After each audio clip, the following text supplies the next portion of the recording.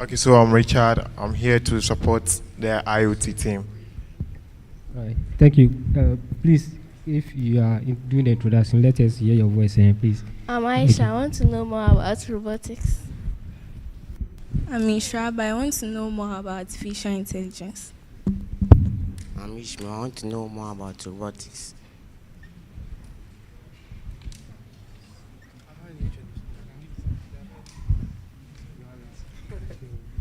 Okay, Gabriel, I'm already a member of the IoT network and I'm here to support.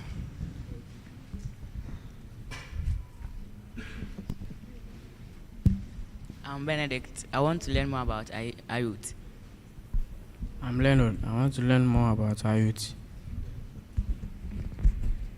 Hello, please, have you introduced yourself already? Please, those at the back. The back bench. I guess we start from here, right? Thank you. My name is Deborah Arthur. My expectation for this program is to Please, we can't hear you. Can you hear me? Hello. Please, the one at the back, can you hear? Hello, can you hear me now? Yeah. My name is Deborah Arthur. My expectation for this program is to network with industry peers and also gain knowledge about the latest trends in the IoT space. Yeah. My name is Musa Nabil, and I'm to network and learn more about the future of IT. Thank you. Okay, my name George, and my expectation for this workshop conference is to learn about the future of AI and the world that we do live in, and its impact. All right. I'm also Josh, and I'm here to network and have some Please nice time. We can't hear you. I'm Joshua, and I'm here to network and have some fun time. All right, thank you. My name is Garbaliu Sise. I'm a school principal. Please, your voice is down. My name is Garbaliu Sise. I work in a school. I want to see how best we can work together and then also support our learners. All right, thank you. I don't know if it's my mic. Please hold this one. My name is Esther, and I'm here to get exposure in AI, robotics, IoT, and every area possible, and also to network with other people. Thank you. Thank you. Please, my name is Anamo, and I'm here to learn the new fields that are in IT and how I can use them. Okay, my name is Vicentia, and I want to know more about coding and 3D design and printing. Hey, coding people are in the house. Coding. My name is Mariam, and I'm here to learn about data analytics. Please, I didn't hear your name. Mariam Khalid, yes. Okay. Please, my name is Dankwa Christensen, and I'm here to learn about IoT Network Hub. I'm Kwabena. I'm here to learn about the new trends of technology. Yeah. My name is Fifi, and I'm here to learn more about IoT. My name is Junior, and I'm here to learn more about 3D design and printing. Hello, my name is Kwesi Senior, and I'm here to learn about IoT. Please, my name is Frank, and I have interest in robotics and artificial intelligence, so I'm expecting to get some insight on it. My name is Albert. I am here to find more about augmented reality. My name is Jojo. I'm here to learn more about 3D design and printing, and also to connect with others. I'm David, and I want to get an exposure to IT. I'm Mason Rasman. I'm here to learn 3D design and printing. I'm Samuel. I'm here to network and learn new trends in technology. I'm George. I'm here to contribute and interest others in robotics. Yeah, so Philip here, old member, to continue with my IoT project.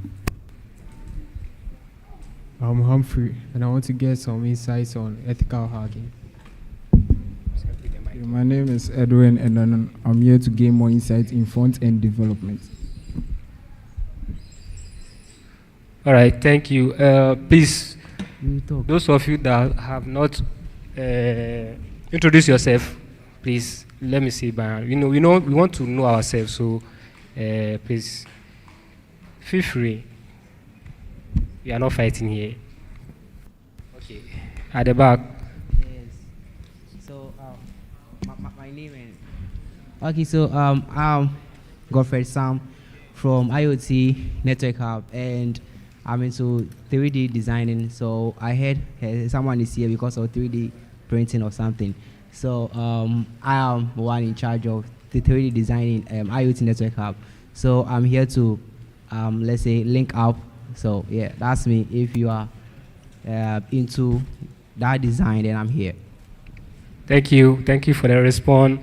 So please, those who are into 3D design, you can see him after the section. I can start. Yeah, so next on the list, the Hello, back bench. Hello everyone, my name is Samuel Kodom from IoT Network Hub. I'm into IoT based systems, so I'm in charge of the IoT system at the exhibition hub. I'm looking forward to network with like-minded people in the field of IoT, that is Internet of Things. Thank you. Hello, my name is Lapimboiti Joseph from STEM Aid Africa Limited, and we are into STEM education. We are open up for people who wants to learn coding and more about STEM. Thank you. Please, the ushers, there are some new faces around. If you can give them the mic to do the introduction.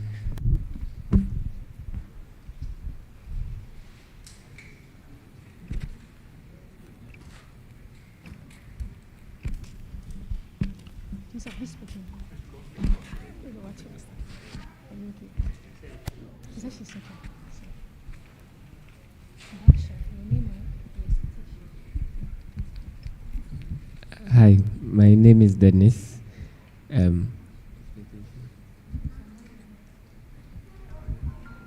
I'm here? Okay, so this is supposed to be a tech conference, so I'm here to get knowledge, be informed about the latest tech and trends, and network and find opportunities. Yeah. See you talk. Please give it to the lady at the back. Yes, the one you are standing beside. Everybody will talk. Hi, good morning. My Morning. name is Gifty. It's afternoon, please. Okay. Good afternoon. My name is Gifty, and yeah, I heard of this program from a friend, so I'm here to network and also learn more about all these IT stuff here. Thank you, Gifty. Please, this line. You have when? Okay, this lady.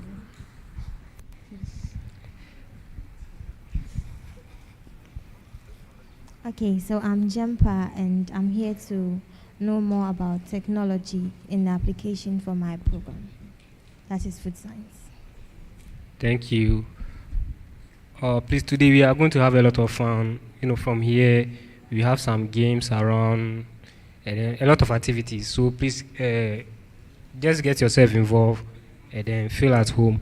Whilst we are waiting for our president to do his slide or introduction, can you please still network and know yourselves? Please, at the back bench, we have some people at the bench back. We haven't heard from them. The ushers, the back seat.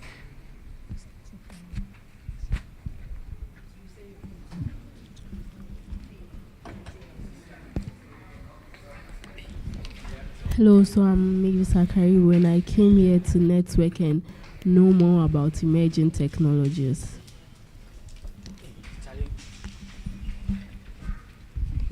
Hi, I'm Erasmus and I'm here to network. Thank you. Hi, my name is Hakim, and I am also here to network. Thank you, Kim. So let me see by hand those who have registered for some of the games that we have in-house, Ludo and the rest. Okay, we have one. Yeah, so hello, Prince. I'm more into IT project management and software engineering, so I want to know what IoT has for me. Is it worth exploring the field? And I'm here also to network. Thank you. All right, please, right after we are done, I'll come back to hear from you.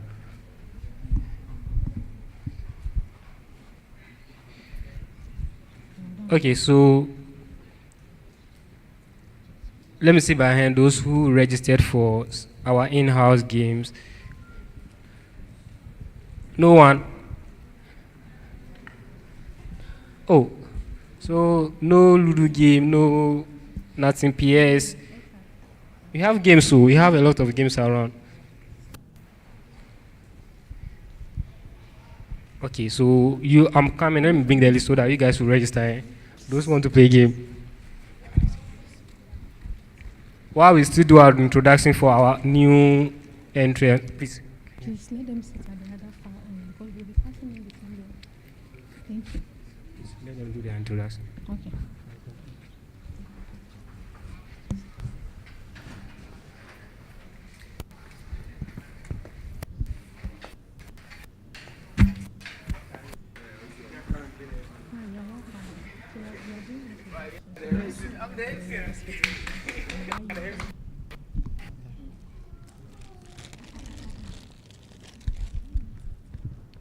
Good afternoon once again.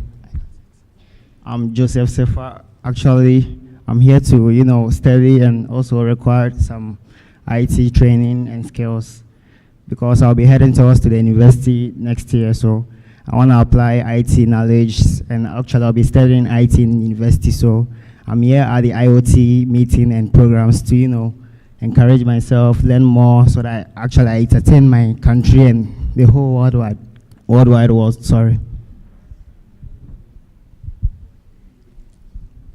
I'm Felicity Apianyako. I'm here to learn something about IT. I'll be going to school this year, so I want to learn more about IT.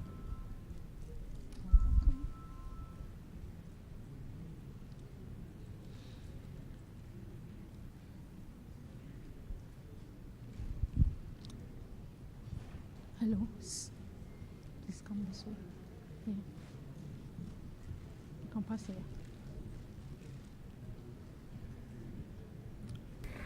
Hi. Please, are we done with the introduction? No. Please.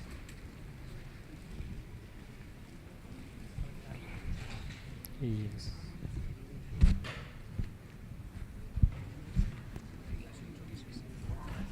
Please. You're welcome. You are doing introduction. So you need to Yes, please. We are all doing it. Please start. Hello, my name is Komiete Joseph, a level 400 student at Pentecost University. All right, I'm here to network and learn more from other experts and my colleagues too. Yeah.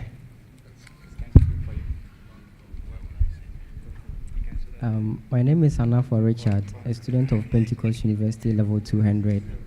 I came here to learn more about robotics and also discover other areas of technology. My name is Raymond Avuya, a student from Pentecost University. I have come here before and I'm coming to learn more about artificial intelligence and emerging technologies. Thank you.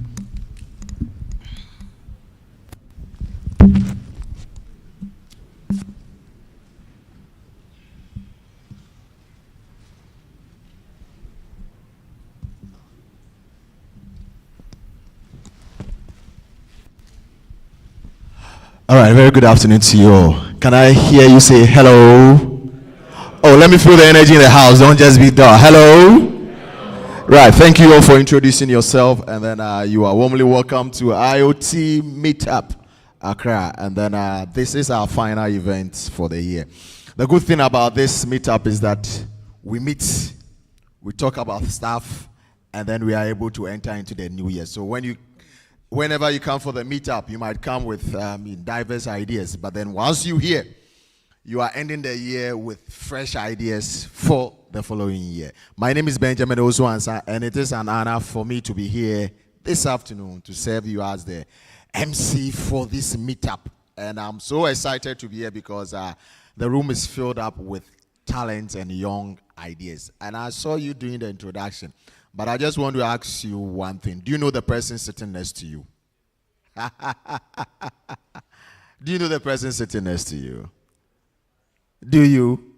You just heard them mentioning their name, but do you know them? Can you remember their name? So what are you doing? It's a meetup. It's a meetup. And then you've met somebody for the first time, and then you just sitting quietly. What are you doing now? Within 1 minute, try and know somebody right now. Know somebody right now. Know somebody right now. Fast. Let the network go on. This is how we do it. No, know somebody right now. Know somebody right now. You can get out from where you are sitting and move to another place. Nobody, know somebody right now. What? Know somebody for the first time. Okay, know somebody for the last time before the year ends. Get to know someone. Find out what the person does. What school are you? What work are you doing? That is how networking is being done. Network don't come to you. You go for networking. That is it. Know somebody. Know somebody. Yes. Wow, you are laughing. Have you gotten their names? You've gotten their names. Wow, your networking is laughing. Wow, I like this one. They are just laughing. They are just laughing. They are happy. They are happy. They are laughing and you are not laughing. Why? Laugh some. Laugh some. Let it laugh. It is IOT, Internet of Things. Internet of Things. And you are just there. You are not making use of the things. Laugh some. Laugh some. Wow. All right, so the 1 minute is over. Thank you. It's over, but still they are still doing the networking right now. So now you know somebody here, right? If you've gotten somebody new, let me see you by hand. If you've just, oh yes. So how are you going to go through the program? You are going to sit stiff like that. Let me give you a trick. In this modern age, where data is so precious, you don't joke with opportunities like this.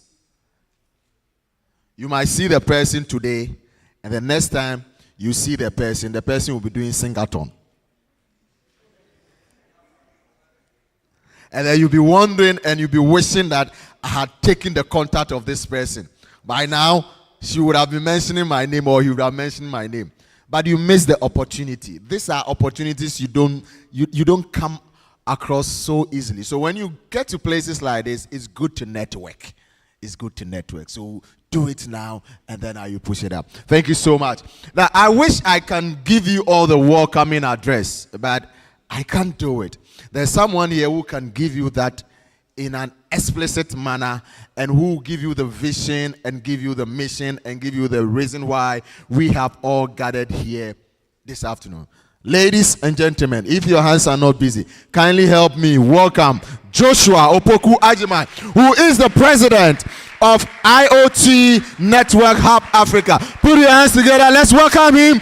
Let him welcome us and give us a vision for this whole thing.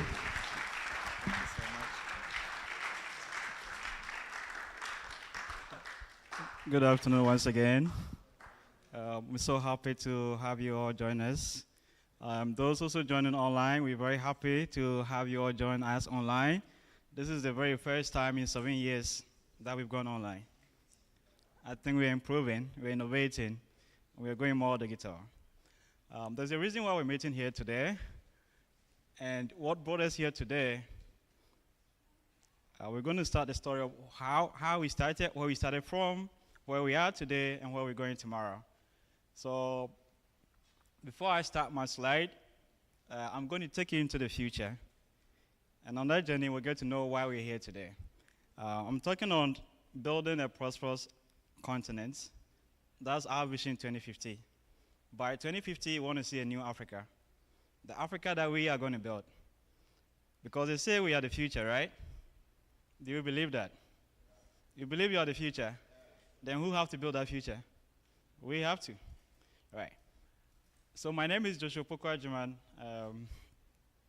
I hold and wear a number of hats. So I will start with the first, Personate. So it's a company I started at the age of 19.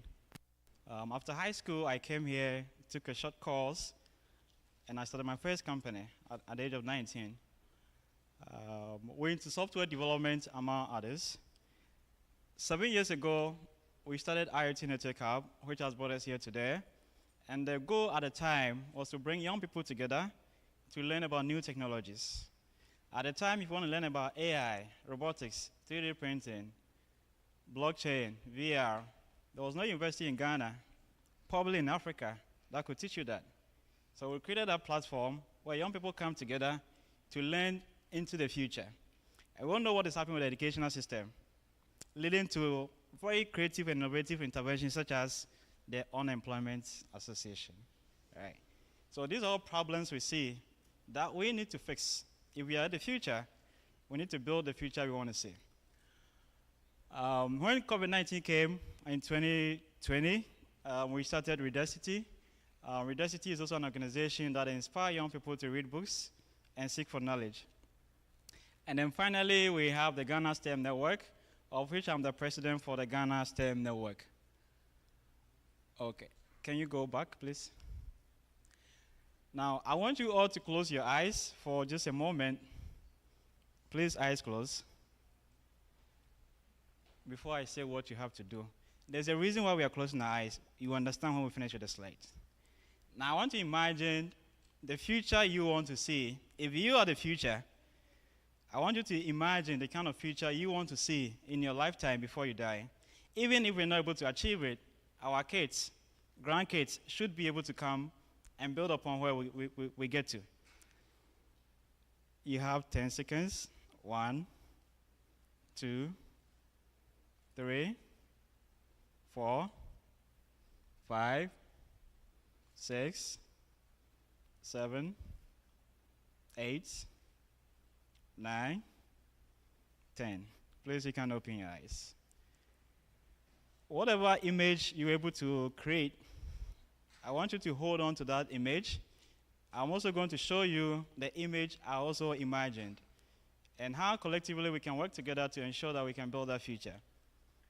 Now, we imagine a future where Africa becomes very advanced in technological development, where Africa contributes a lot to the development of the world, where Africa is not a beggar begging for money. Right? A future where we can be able to shape the world as well. And that's the kind of future we're looking at building in 2050. Next slide. There are challenges that we foresee. And if you look at our population, currently we are the second largest continent in the world. We have a population of 1.2 billion. And in 2060 or 2050, we're going to be 2.4 billion, which is the largest population on the continent. Now, again, imagine the problems we face today: unemployment, sanitation, food insecurity, and all the challenges we have doubling up in the next 20, 30 years to come. We're going to have half of the new population joining us. They're going to compete with us for every little resource we have. So it's very important that as we have prediction that our population is going to grow, we should also looking at the kind of future we want to build to be able to absorb all this population. So as you can see on the map, please go back, we have the yellow line, which is Asia. That's China, Singapore, Malaysia, the Asia continent. This is how far they grew, and now they are dropping. We have the red, which is Africa, which is also rising up. So as the years go up, we're going to rise, and our population is going to grow very, very rapidly. We have the Americans and the Europeans also lying flat. So all these are opportunities and challenges, depending on how we position ourselves for the future. Next slide. If you're also looking at the population growth, back in, I can see from here, By 2013, if that's it, we have 1.3 billion, and then Africa population was 2 billion. So by 2050, the world population is going to be 7.5 billion, and Africa's population is going to be 2.4 billion, the largest. So again, as I said, more people means more challenges or more opportunities, depending on how we position them or how we see it. Now, when we look at STEM education, today, it has become the solution to address some of the challenges we face. That's why every nation is pushing for STEM policies, STEM activities, STEM infrastructures, and STEM program. However, if you look at the number of students who pursue STEM careers, in Africa, we have only 3%. So all the student population we have, only 3% are pursuing STEM-related program. And if we are going to solve our problems that we face, we need to ensure that we can get as many as possible students to pursue STEM-related program. And some of the challenges we face when it comes to STEM education are limited to resources, infrastructure. There's also stereotypes where we are not getting more females in the area of STEM. Those who are studying engineering-related program, you could see the number of students that are female in your class and the number that are male. And these are also some of the challenges that it keep growing if we don't find a solution to them. It means a time will come, there might not be enough jobs for females if we don't start inspiring them and empower them to pursue career in STEM. Now, we also have another challenge. Even though we are dealing with the challenges with quality education or practical education, we also have the challenges with new technologies coming. Now we have robotics, AI, and the likes. And all these technologies too are going to take away our jobs. They've already started. So by 2030, we're going to have about 800 million people who have jobs losing their jobs. Not to talk about those who don't have it yet. So those who even have it, 800 million people by 2030 are likely to lose their jobs to robotics, automation, AI, and the rest. So all these challenges, for us to be able to address them, it means we also need to build our capacity in research and development. But unfortunately for us, when you look at the world research, only 1%, 1.1% Africans contribute to global research. And all of us understand that without research, we can have innovation. Without research, you can build new products, you can build new industries, you can build new economy. And we are not investing enough into research. Okay. We can move to the next slide. The good news is that we have a paradigm shift. There's a good news for all of us. Looking at our population growth, the lack of STEM education, the lack of research, we have a paradigm shift. And we believe IOT Network Hub, we are going to be the breezer to ensure that we can prepare our people and our continent for the transformation that is happening. At IOT Network Hub Africa, we believe that we are pioneering Africa's transformation. With our 7 years of operation, we've been doing so much work, and we'll get to see some of the work that we have going on here in Ghana and Africa. Our core purpose as IOT Network Hub is to explore emerging technologies. So all the new technologies that we see today, our goal is to understand them, build our capacity in them, and then use them to create solutions, local solutions and innovations that will create more jobs for the youth, that will empower our young people to be able to solve problems that we face in our society and beyond. And our vision is to be a catalyst of change. We want to see change happening. We want to be the driver of the change that will transform the African continent for what we call the fourth industrial revolution. And our mission is also to harness the power of emerging technologies to be able to impact billions of lives. So as I said, in the next 26 years, we're almost in 2024, so in the next 26 years, our population is going to double. We need to create more jobs. We need a quality education. We need good roads. By 20, 30 years to come, the world is going to be changed. we're going to see driverless cars. Are our road infrastructure ready? Do we have engineers that can build them?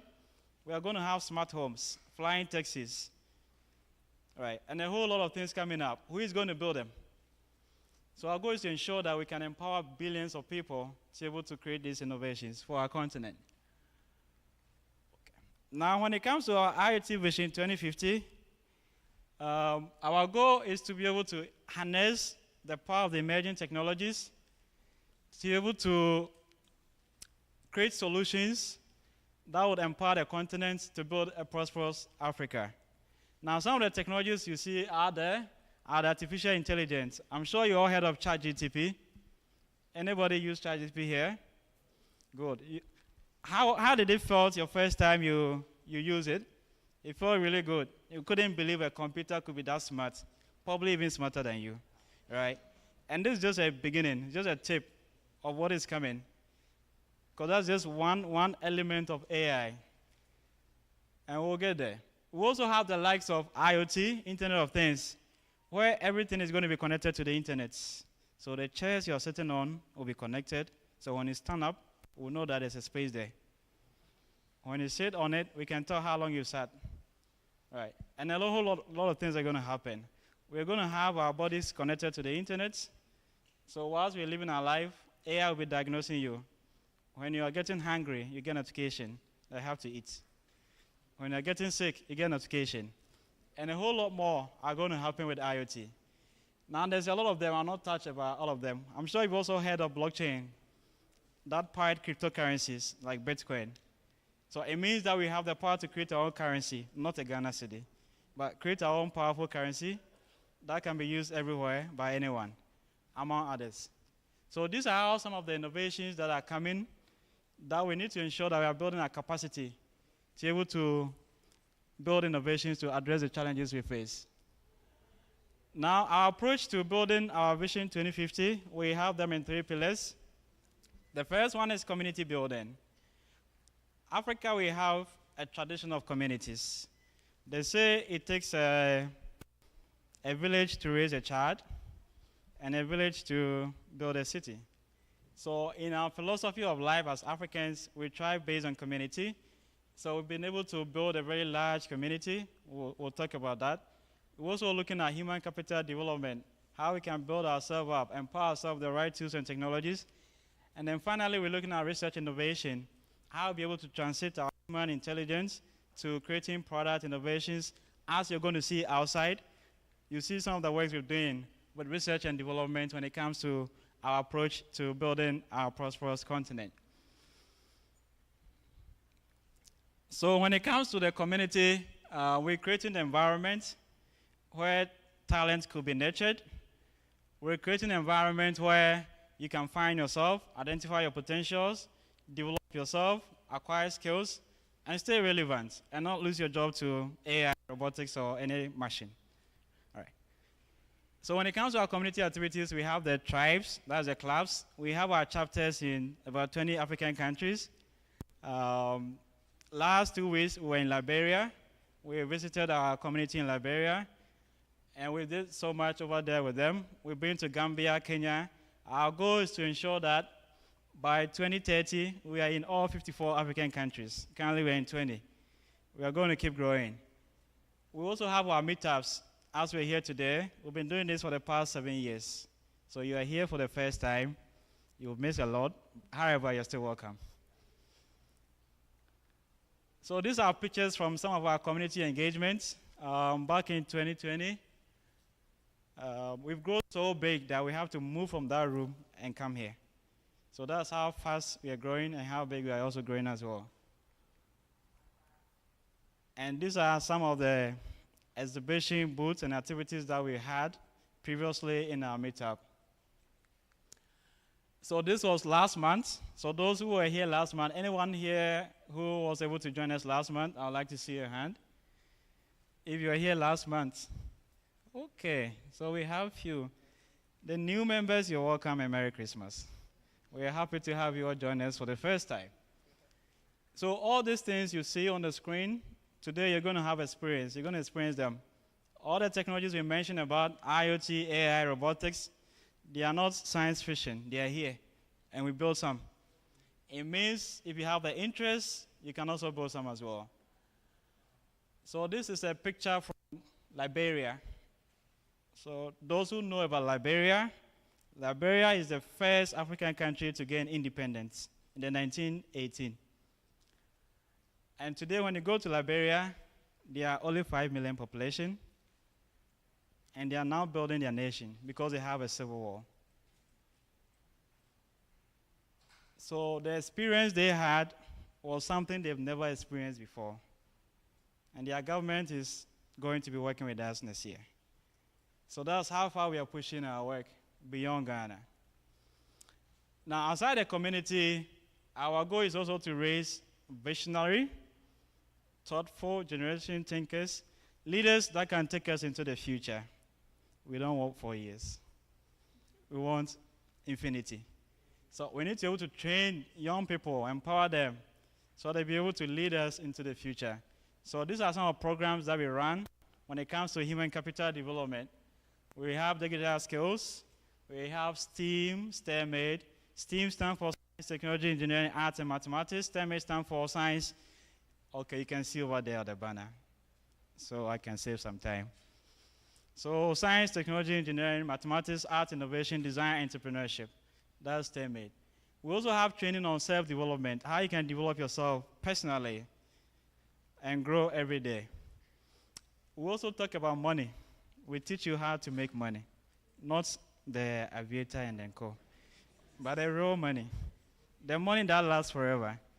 So we teach you what we call financial intelligence, which is basically your ability to earn money or learn how to earn money, keep money, multiply money, and protect your money, and not lose it to the airplane. Right? So when it crashes, you lose your money. The kind of training we do, you don't lose the money. Right? We also talk about what we call emotional intelligence. We have spirituality. This is not Benin or Togo. But this spirituality is helping you to discover yourself, your purpose, your motivation, what inspires you, what drives you, and finding your calling. So to be able to do the work that, if you believe in God or whatever you believe in, sent you here to do. We help you find that. And finally, we have training on emerging technologies, on entrepreneurship and innovation. We need to build more startups. AI startups, robotic startups, IoT startups, blockchain startups. These are the startups that are going to create the jobs for the future. The traditional jobs we see, the lawyers, the doctors, and all the traditional jobs we know, by 20 years' time, I'm not sure they'll even be in the dictionary again. So it means that we need to look at where the future is going and how we can prepare for that. So these are some images from our training programs where we train young people in robotics. We do training in IoT. So the lady you see on the screen, she is 12. Last year, she graduated from the junior high school. She wanted to study engineering. She took our program in 10 days. She built a touchless dustbin. So the bin has the sensors there. You put your hands close to it, the bin opens. Right. So our trainings are all practical to help you acquire skills and build innovations. If we can get every lady or every female at the junior high school to build something, then they will not grow up thinking engineering is just for the male or the guys. These are also training from some of our programs. We've also worked with some partners to build STEM labs in 12 regions of Ghana. And this lab is empowering students with robotics, coding, IoT, 3D printing, virtual reality. So all the technologies we mentioned about, they've been here in Ghana for the past 4 years, since 2018. This is also a training we did in Gambia. We're also working with the government in Gambia, or the Ministry of Education in Gambia as well, to train teachers in STEM, among others. So the image you see on the screen is one of our flagship programs with our partners called AirTAD. Next year is happening on February. We invite you all to come. If you're a member of IoT, as you're here, you have a free pass. And these are junior high school students who has access to the lab, And this year, this is what they built. So this is a team from, as you can see here, in Konya, in the OT region. Those who know. If you don't know, you can Google. And they built a smart water dispenser. The dispenser have a sensor. When you put a cap beneath it, the water flows. So as you can see, there's a blue light there. You put a cap closer, the water flows. You take it off, the water ceases. This is also a team from Takwa Bogoso.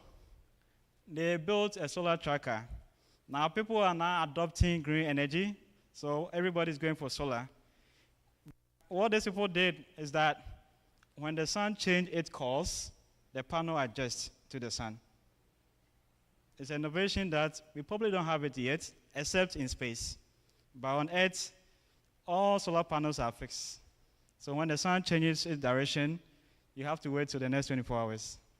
What if it rains? No power for you. So these are all problems that young people, junior high school students are solving with STEM education. This is a team from Tamale, and they built a smart egg incubator. They have here a device to test the viability of the egg. You put the egg here, it gives you a signal light. If it's good, you have a light. And once it's good, you put in the incubator for it to hatch. And these are junior high school students in Tamale. And the project they built this year for their competition.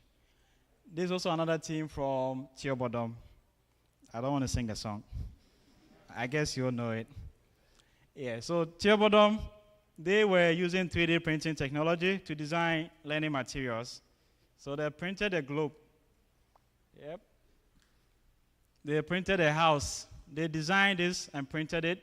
They printed learning material like shape for geometry.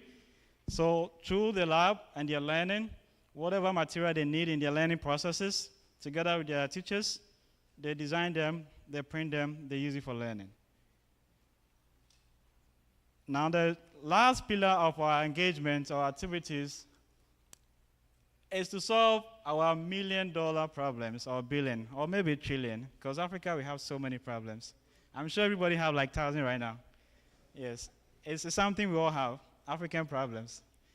Yeah. But it needs to be fixed. Well, some countries are literally running out of problems.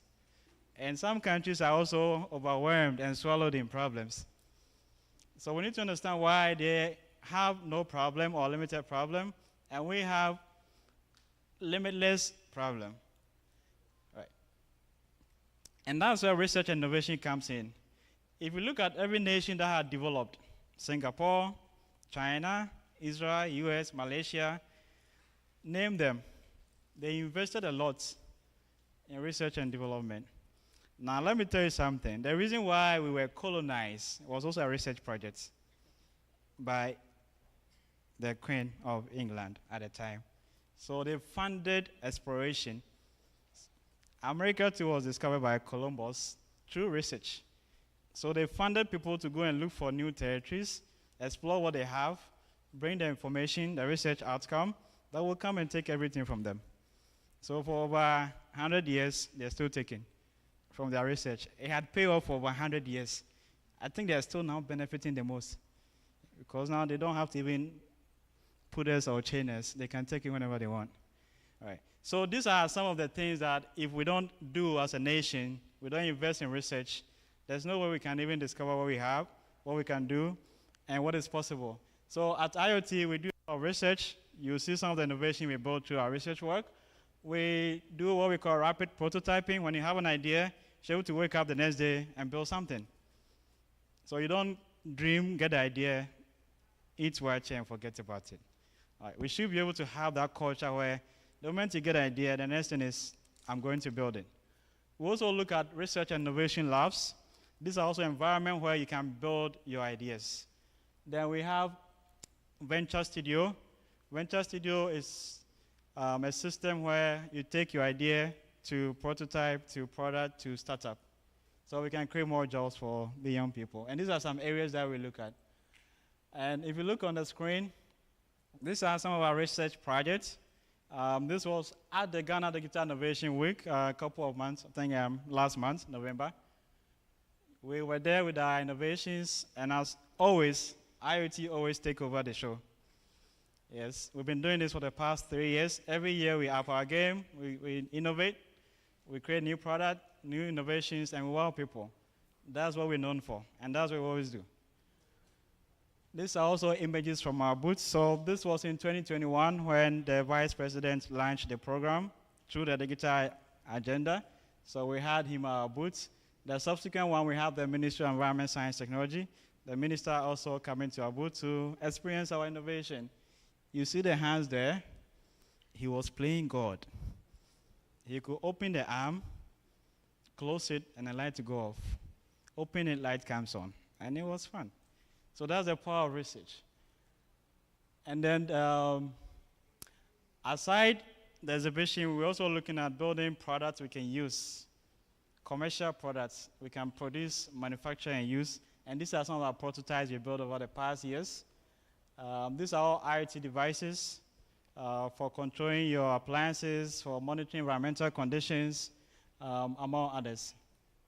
Now, when COVID-19 came, I'm sure you all heard of Veronica Bucket, the rock star. It trended so well. But you know, it was also spreading the virus. You didn't know that? Well, it was exposed to the public. Everybody touched the tap, washed their hands, touch it back again. So if the tap is infected, we all wash and touch, right? So we came out with a product that has sensors here. So over here, the white border is a sensor. You put your hands beneath it, it sends your hands, the water flow, you wash for 2 minutes, you take off your hand, the water ceases. So these are all simple innovations that we designed when COVID came. And our flagship commercial product called the STEMAID Kits is a learning toolkit that empower the learners to build about 200 projects. In the process, it changes your thinking, your mindsets. One of Africans' biggest problems is how we think. And we'll look at that today, the mindset. So the kits help engineer your thinking processes, help you acquire 21st century skills, thereby preparing you for the future. In the kit, we have a board designed in Ghana. So this is a circuit board made right here in Ghana. So it means that with the knowledge, you can build anything. You can build radio set, smartphones, TVs, whatever you can imagine. You can design it and you can build it. We also had a partnership project with Vodafone Ghana Foundation and Academicity where we took 50 women into STEM and recycling, where we turned one of our biggest problems, which is sanitation waste, into useful products. That is very valuable. So these are the processes that we went through, and this is the results. So over there, it's an art made from Kofor gallon. So as you can see that, so you can transform a waste material into a very useful product. And this can be used to design walls, offices, among others. Over there is a pencil holder for students. They can keep their pencil, their crayon, their pens all in it, and it's made from the water bottle. Over here is a waste bin collector made from iron rods and water bottles. Right. Over there is a bench or desk made from plastic lumber. So when you crush the plastics together, you can create bars. You can use it for anything. It's resistant to pests, to sunlight, to waterfall. Nothing can literally destroy it once you have it. And then over here is the sachet water, the rubber. That's what was used to create this art. And finally, our vehicle tires for washing buckets. Right. So you can literally pick any raw material that is not useful and bring life with innovation. Okay. Merry Christmas.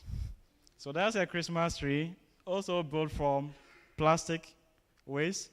You add some beauty to it, some lighting to it, and you can have a nice design. Imagine we designed this in all our university campuses, all our senior high school campuses. Don't you think we run out of plastics? And everybody wants to have a piece of a design of art in their house. So that's where innovation, research, all comes in. This bag too is made from the sachet rubber. You press them into sheets, then use them as a material to sew, among others. Because of our time, we have to move fast. There's a lot that we are doing, and this is just the beginning. That's why I'm excited for the Vision 2050, because these are all in the past. We still live in the past. Now we're going to get into the future, and the things we want to do, and how everybody can be part of this transformation that we seek. Now, our achievements over the past 7 years, we have achieved a couple of things. So as you can see on the screen, in 2018, we won a recognition award from the African Entrepreneurship Award. In 2019-2018, we won the Open Data Hackathons. In 2020, we got featured by United Nations Magazine. 50 innovations fighting COVID in 2020, we were featured in it. In 2021, we got featured by Forbes Magazine. They featured 100 innovations, icons, and inventions from Africa. We were part of it. In 2022, we got featured by BBC. In 2022, we got our first money in 6 years. So all the works we've done, we never ask for money from anyone. We find a way to make all happen. And that's something we're going to learn today. We all have that powers to be able to build anything we want to build. So we'll look at that. And then we have signed a partnership with the Ministry of Communication under the Kofi Annan Center, with the Ministry of Environment, Science, Technology under CSR. Our goal is to be able to build more capacity and then also expand in the area of research and innovation in the country. These are some images from our activities. 2018, I look very young at the time. And then our hackathon, we won 10,000 cities. So there's so many out there to be made, but people complain. If you want to find for solutions, you can always find money. So these are some of the ways we kept ourselves going over the past years. This year we won 2 awards. It's actually 3, probably 4. So the first 2, we were awarded for the service through STEM. When it comes to STEM education in the country, we had an award for that. And we also got awarded for volunteerism organization in Ghana as well. And then we also got some financial support again this year. We were part of the presidential pitch, edition 4, with STEM Aid. Our first innovation, which is just a year old, made it to the top 30, and we got some funding to scale up and create more jobs for the youth. And just last 3 weeks, STEM Aid won the best educational technology startup of the year. I think we should do one for STEM Aid.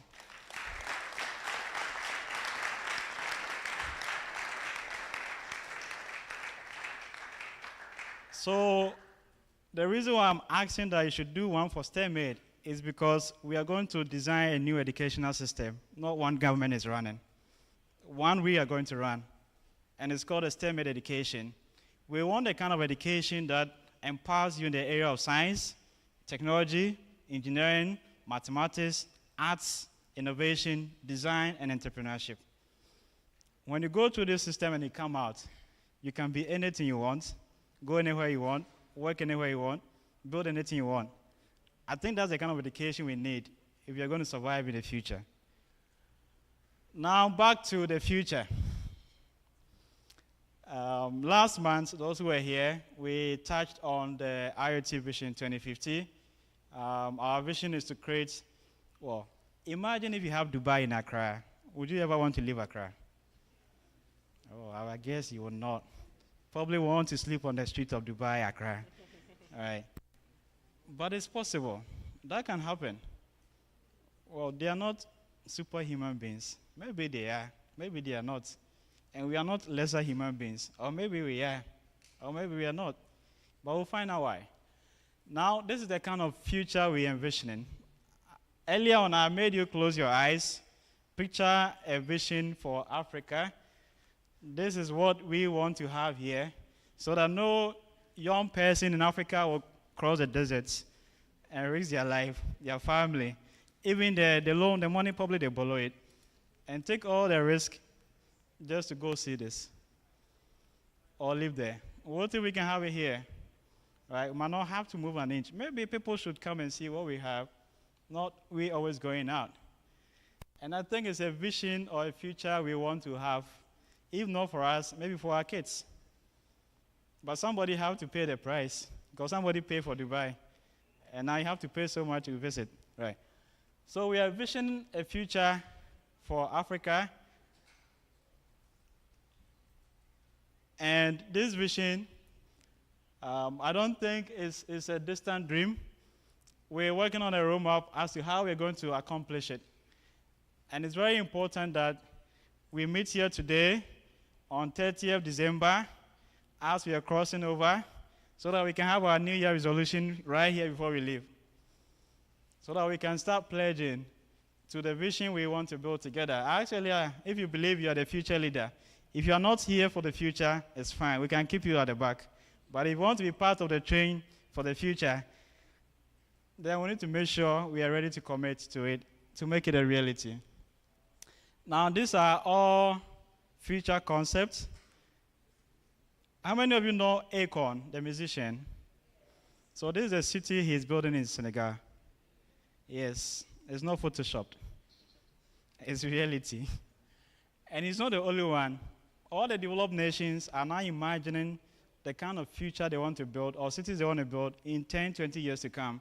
So even with Dubai and what they've done, they have the next 2030 plan they are building, which is even crazier than you see in Dubai. Singapore is doing the same. Malaysia, China, US, why not Africa? We have to join them and even be better than them. We can, because we have whatever it takes to make that happen. So that's what we're going to do. And to be able to achieve that, we need a movement, if I should put it, or a revolution, whatever you want to call it. We need something massive that can transform our thinking. We'll look at that elements. I call them the 6 superpowers. So the Billion African Dream Project is a project that is going to impact billion lives in the next 26 years to come. So what we're going to do with $1 billion project, the Billion African Dreams Project, is to hunt for ideas, solutions, innovations that can impact lives of billion Africans. Well, it's not new. It has been done before, probably not by us, but by other people. We need to find out how they did it and how we can do the same here. We all use WhatsApp, right? WhatsApp have over 1 billion users. We all use Facebook, Instagram, Twitter, LinkedIn, all the technologies out there, iPhones. Very soon you'll be running in Tesla, right? All these companies, all these individuals, they build products, innovations, ideas that impact billion lives across the world. Why can't we do the same? So this is a challenge for all of us, that starting next year, we are going to run this revolution. We have the brains, same brains as they have. Probably we even have more stronger brains. Because in Africa, before you come out of your mom's womb, the battles you fought to stay alive, it's not easy. So we are more resilient, more determined, and more stronger. So we're going to make this happen with this project. Okay. Now, to be able to do that, achieve the $1 billion project or $1 billion dreams, we need an African dream. You know, when you go to US, or anybody who wants to go to US, believe that they are going to live the American dreams.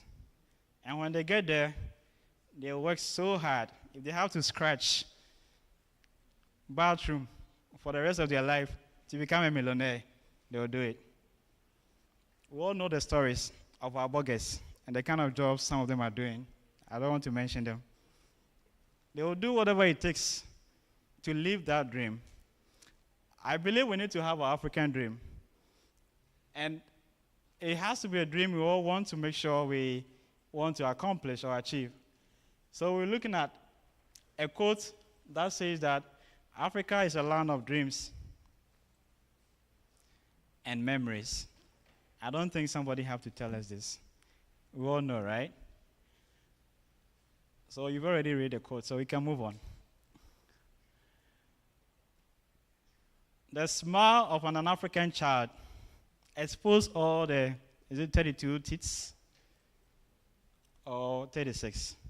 The scientists here, those who are studying biology, how many teeth do we have? 36. So when an African child smiles, you can see the beauty of an African child. You can see the dreams, the memories, the excitement. So they grow old and realize that they're probably in the wrong place. Right? So we need to change that to ensure that we can hold up with this smile as old as we grow and never feel regretted. Now, when we talk about the African dream that we are envisioning, we're looking at a collective vision of a peaceful, prosperous, and sustainable Africa, where all people are able to realize their full potential and achieve their goals whilst honoring their cultural heritage and protecting the environment. This is what true Africa is. Africa are peaceful. Don't be deceived. We are the only continent where you share the same house with strangers that you don't know. We are the only continent where one room we can accommodate all our extended families in one room. Yeah, so when somebody tells you Africa, you're not peaceful, you're not loving, it's a wrong narrative. You don't need to be told, because that's the lifestyle, the culture, that's our tradition. All right. So to be able to achieve that, we're looking at an Africa that is strong. We're already strong. We just think we are weak. That is resilient and united, where everyone has the opportunity to live a life of dignity and fulfillment. Now, Nelson Mandela once said, he dreams of an Africa, I can see, but I'll manage it. Or you read for us. Okay. We'll share the slide. So basically what Nelson Mandela was saying, that he dreamed of an Africa where the unity of Africa, blah, blah, blah, blah, blah. Too much light, but I'll move on. So what next for us? I'm sure we all have dreams. When we sleep, we dream some dreams, right? But when we wake up, we wish we had not wake up. Or depending on what kind of dreams you are going through. So we need to start.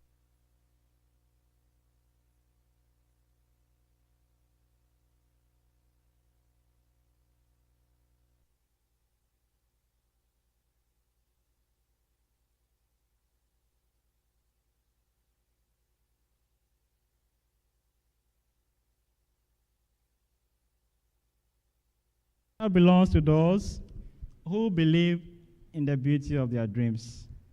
Now the question to you, do you believe in the beauty of your dreams? When you dream and then you really enjoy it, you see the sort of excitement and joy.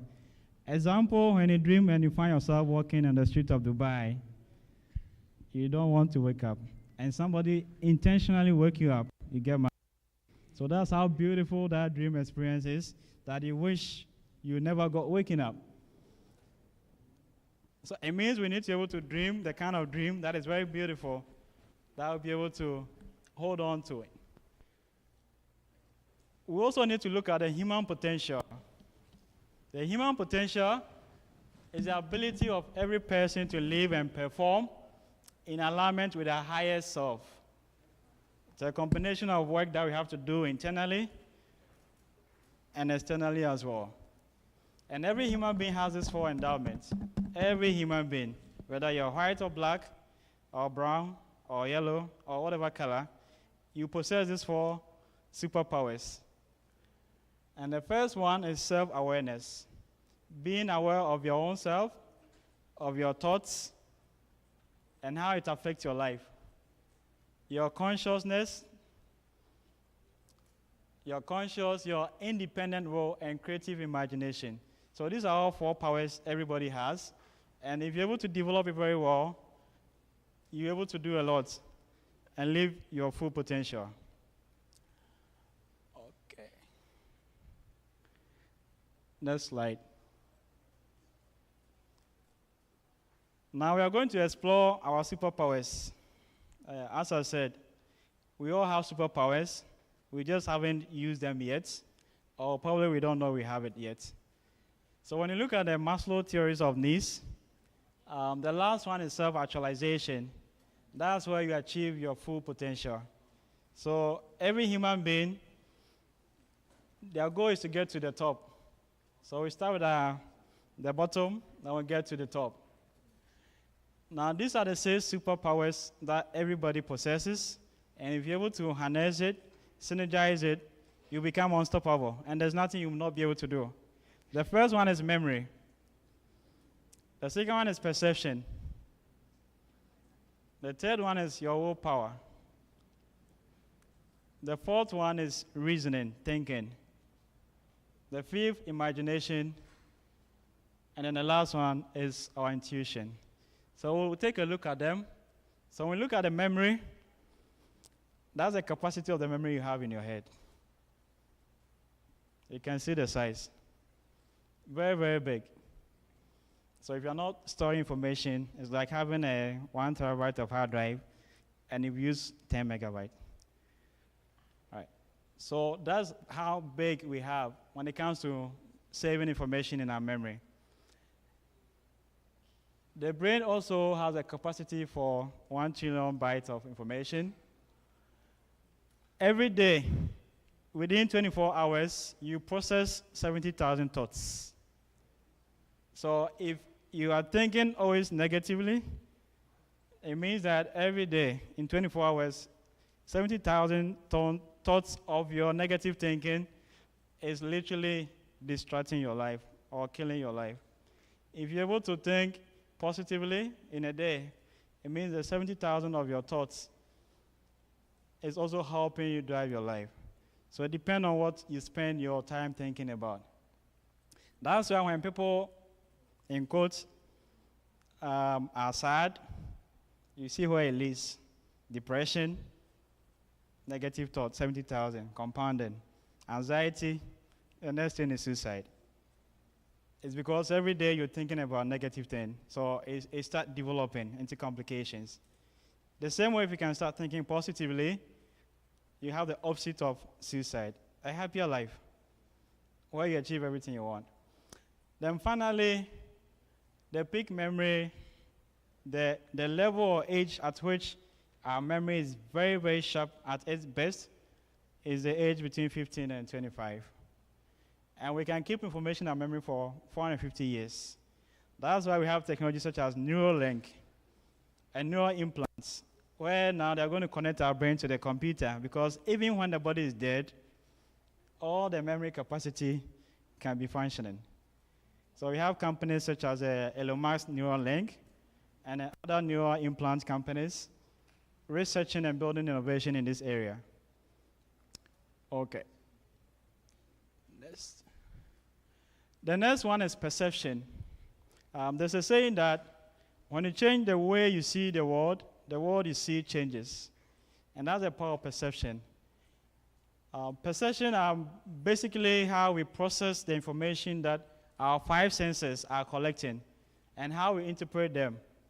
So that's basically perception. And this affects everything, the way we see our life, the way we make decisions, the things we like, the things we don't.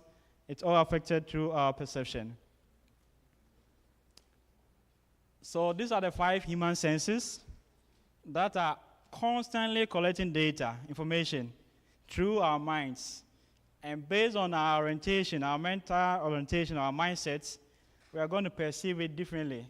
So you can hear something, and the same thing that was said, or the sound, different people hear it differently. Have you ever experienced that before?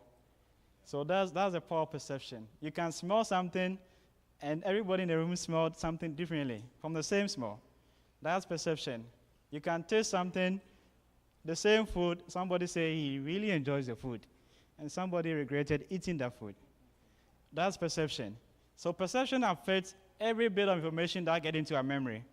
So imagine having a very big capacity of memory storage, and your sensors collecting data to store them, and your perception is not filtering them well or positively.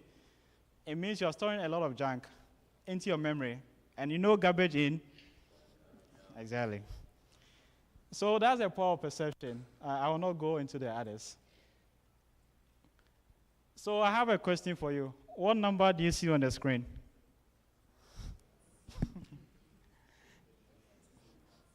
Or anybody want to share what number they see on the screen? Oh, I hear 6. I hear 9. So who is wrong and who is right?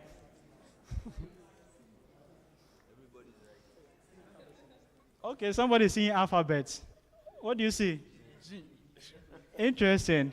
You see, that's a power of perception. Anybody seeing something else? Now we have 6, we have 9, we have G. What else are you seeing? So that's how perception shapes our life, our decisions, and our thinking. It's very, very powerful. That's why they say if you change your mindset, whenever people say change your mindset, what they're basically saying is that change the way you see things, change the way you hear things, change the way all your 5 senses perceive the information they are collecting. Okay, now this symbol here, what do you see? What is it?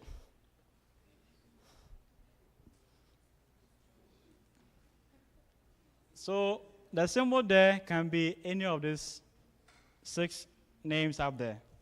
It could be infinity, it could be 8, it could be 8 in letters. Or it could be Arduino logo. It could be anything, depending on how you perceive it. Okay, this is something for our ladies. According to research, men are likely to take you to a date if you wear a lot more of red dresses. That's how men perceive ladies. They see that to be more sexy. That's perception. Not all men, some men, or most men. Now the next superpower is our willpower. And it's basically our capacity to actively decide what we want to do, when we want to do, why we want to do, and all that. So when it comes to choosing or making decisions, the choices we make in our life is mostly driven by what we call willpower. So for example, somebody can decide to say, it's 6 a.m., I'll not wake up. Yes, it's a decision, it's a choice. And from 6, it got to 7. Alarm came, shut it down, go back to bed. It's a choice, it's a decision. It's 10, another alarm off, go back to bed. So these choices that we are making every single day from our free will is also driven by what we call the willpower. The same way you can destroy your life, become lazy, procrastinate, or do everything negative you want to do because you have the free will to do. The same way you can also be productive, you can be hardworking, you can be determined, using the same superpower you have. So the superpower can make you or cannot make you as well. You have to choose. If you choose, you made a choice using the will. If you don't, you made a choice using your willpower. So that's the power of the will. Now, willpower, they say, is the power to do what is best for you, even when it's not easy. You know, those who like to go to the gym or who do exercises, you know how hard it can be, right? But the ability to push through the pain is your willpower. The ability to go through challenges and not give up is also your willpower. So it means that if you discover your willpower and you develop it, whatever you set up your mind to achieve, nothing can stop you. And that's a superpower we all have. So if we decide that we are going to build a new Africa, a prosperous continent, and we tap into this power, even God might not be able to stop us. Well, God doesn't want us to suffer, right? Or be poor, as they say. So that's the power we have.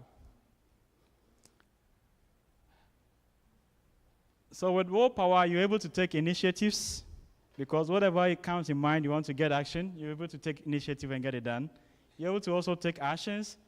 You overcome obstacles, nothing stops you.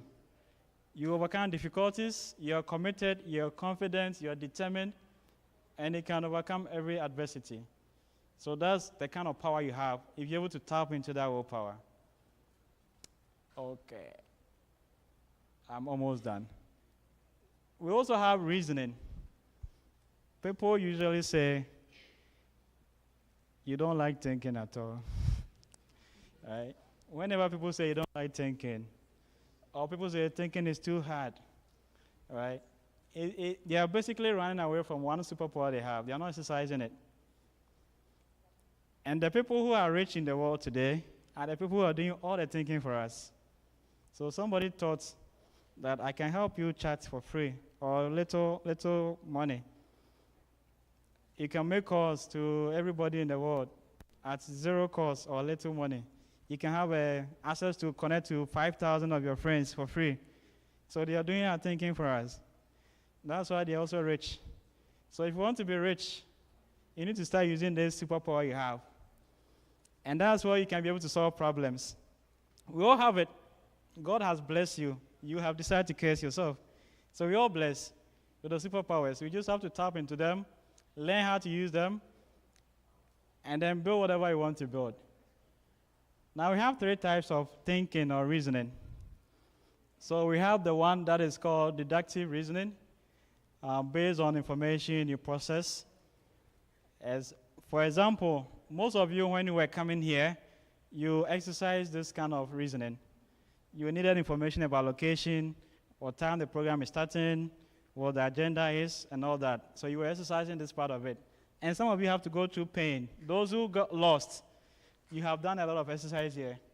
So today you've trained your reasoning. If you got lost coming here, it means you have to look for more information, process your brain. You put your brain to work, which is a good exercise, even though it's painful. Right. So that's it. Then we also have inductive reasoning, where you can compare facts and information to make decisions. Then we have the observations to also draw conclusion as well. So this is another exercise.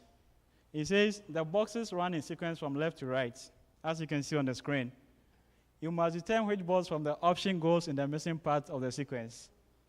So this required very analytical thinking. So those who use a lot of their left brains, those who are doing mathematics, crunching numbers, solving puzzles, this is also an exercise that use that part of your reasoning. Okay. Can somebody fix this? It's a puzzle. If I give you 1 minute, your brain will be charged up. Okay, we are not going to solve this today. I'm sure we might have to sleep here. So the last one is imagination. Last but one. So imagination is also one of our superpowers to build what we call mental images. When you close your eyes earlier to imagine the kind of Africa you want to see, what you were doing was exercising imagination. You were creating things in your head. Some of the things might be in existence, some might not be. But the power of imagination is that we can create anything from our head which don't exist. So when you close your eyes again and imagine all the things you see on earth, one thing you should remember is that it came from somebody's mind. All the inventions, the airplane, the cars, anything you can imagine. Somebody somewhere imagined that we should have this, and then the person brought it into existence. So that's the power of our imagination. It means if we access this power, we can build anything that do not exist. It doesn't have to be in existence. You can create anything that does not exist, nowhere in the world, like generative AIs are trying to do. They're able to create images, content, among others. Right. So Albert Einstein said, imagination is more important than knowledge. Knowledge is limited to all we know and understand, whilst imagination embraces an entire world and all there ever will be to know and understand.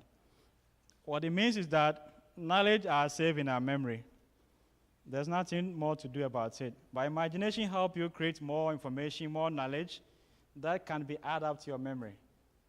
So when you're able to exercise this power, there's nothing you can imagine. There's nothing you can create.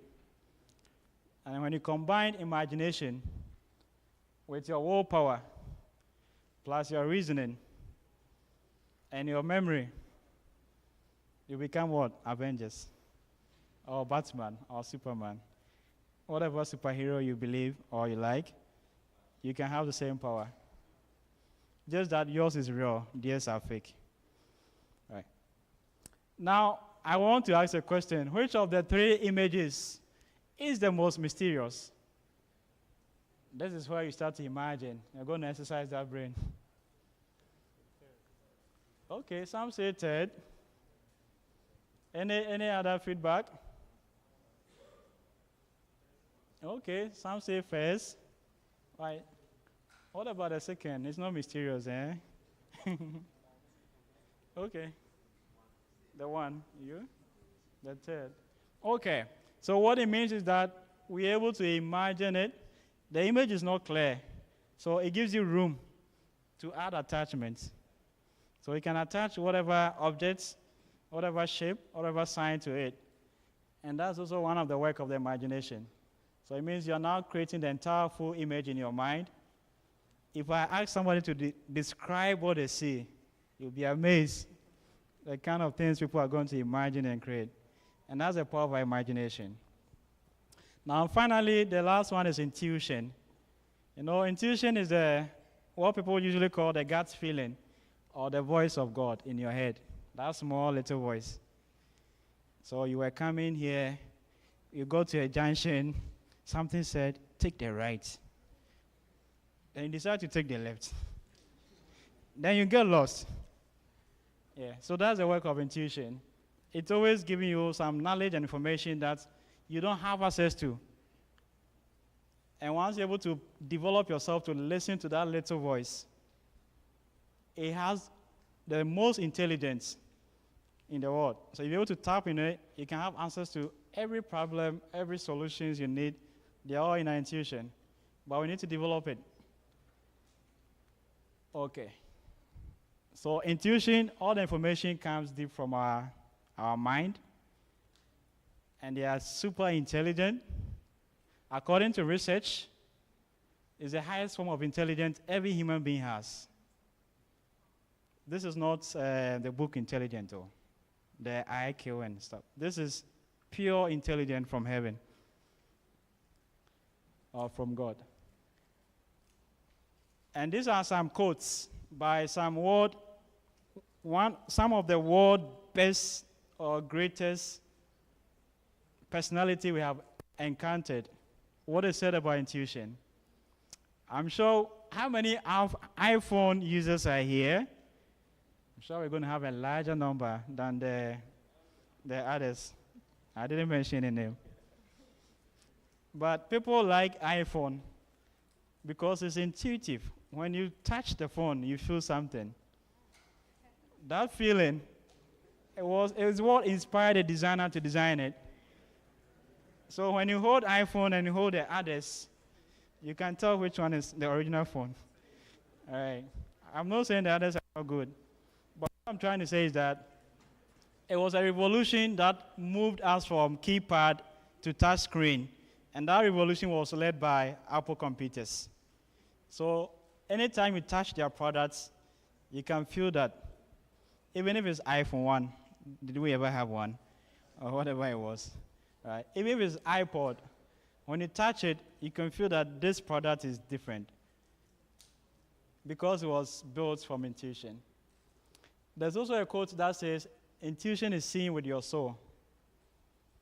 They say we have a soul or a spirit. We only see it when we die. Some people call it ghost or whatever they call it. But that soul, being able to see the soul, means you're able to exercise your intuition. And then finally, they say intuition is the compass of the soul. Right. So if you want to build a better life, a happier life, you need to be able to tap into intuition. Whatever you want to develop, the intuition has all the answers. Once you tap into it, it can become your compass. It will guide you to whatever you want to accomplish, wherever you want to go in life. Okay, so I'm wrapping up for our next speakers to come. Albert Einstein once says that every single child, we've all been child before, well, we still have some child around, but every single person here was once a child, and we're all once genius. My question is, what happened to us? And what happened to us? And we became so dumb, I guess. So we grew up and we became dumber. So he's saying that if we judge a fish, you all know fish, right? Yep. Okay. Or tilapia, or the varieties you know, if you don't know fish. So the fish, if you judge a fish by its inability to climb a tree, we know fish can't climb a tree. So if for that reason we say the fish is dumb, then we believe in that everything about life will be stupid, in that sense. What it means is that we all have these superpowers. And in the classroom, we say somebody is smart and the others in quotes. It's because we built a system that is judging people to be fish climbing trees. We are all not supposed to climb trees. And we're all not supposed to be in the water. We're supposed to find our paths. And that's why intuition is very important, because once you tap into it, it's going to be a compass that will guide you towards your path, not somebody's path. Okay. So as we're wrapping up, we have talked a lot. We started with our journey, what we've done so far. We talked about where we are going, the projects we are going to pursue from next year, how we are going to get there, and what it takes. We need to be able to tap into our superpowers. And we have 6 superpowers. Who remember all the 6? Anybody who remember all the 6 superpowers? Okay, I hear whispering, but I don't see answers. Okay, so all these 6 superpowers, we need to be able to develop them so that we can harness the powers to build the kind of vision and future we want to see. So ladies and gentlemen, brothers and sisters, mom and dad, the vision we are pursuing, we want to invite you all to join us as we build a powerful continent, a prosperous continent. And guess what? Africa, we are not poor, are we? So what is wrong? It means we are not doing something right. So we need to be able to work together to ensure that we can build the Vision 2050. Now, this is a city in China. They are building it, probably with our resources. And we are here, wondering about our destiny and future. So it means we can be able to build this, and if we are going to do it, we should be able to design, first imagine the future we want. So we've identified our 6 superpowers. We need to exercise our imagination to imagine the future we want. We need to be able to use our perception, our memory, our willpower willpower will come for execution, because that's where all the hard work happens.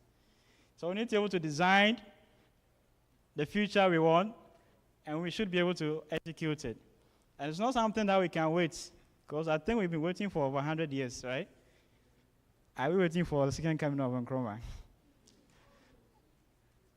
Or maybe some white man should come and save us. So we can't wait. And for that reason, we need to start creating our future. Okay. This is a challenge to everyone here. I'm bringing my session to an end. I'm done. That is my last slide. I need you to write this down.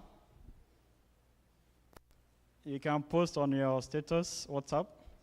But it has to be something you keep with you every day. A question you have to ask yourself every day.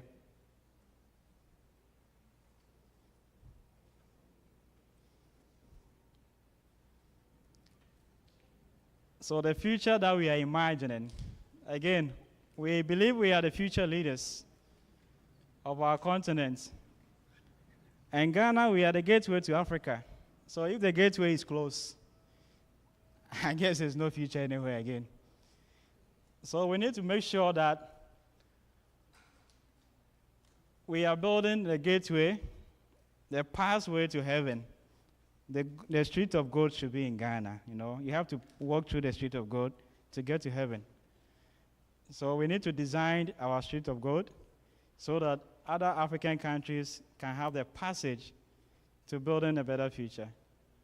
So the question becomes, if we don't do it now, then when are we going to do it? And if it's not us, who is coming to save us? Is somebody coming? Or we're all waiting for the second coming of Christ, so we go to heaven.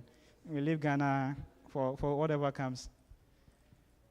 Or what if it takes 1,000 years? Or even more? Ladies and gentlemen, that will be the end of my session. Thank you.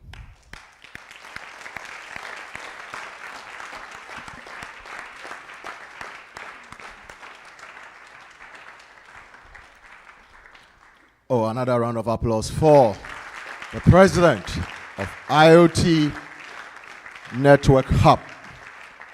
Good. That's a lot of information that has been shared there. Thank you so much. Thank you so much. When he talked about the senses, the 5 senses, I was just trying to remember back in the days when you will be sitting in the living room with your parents and you're watching the TV.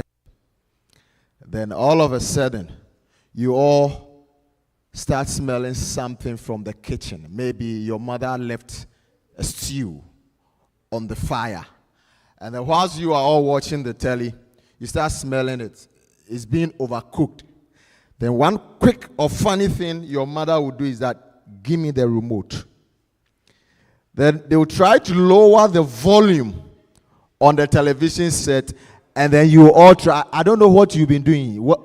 You just reduce the volume, and then you want to smell. It has been so funny. It's funny. I always want to find the correlation between the hearing and the smell. For those of you who were born in the 1990s, this is new to you.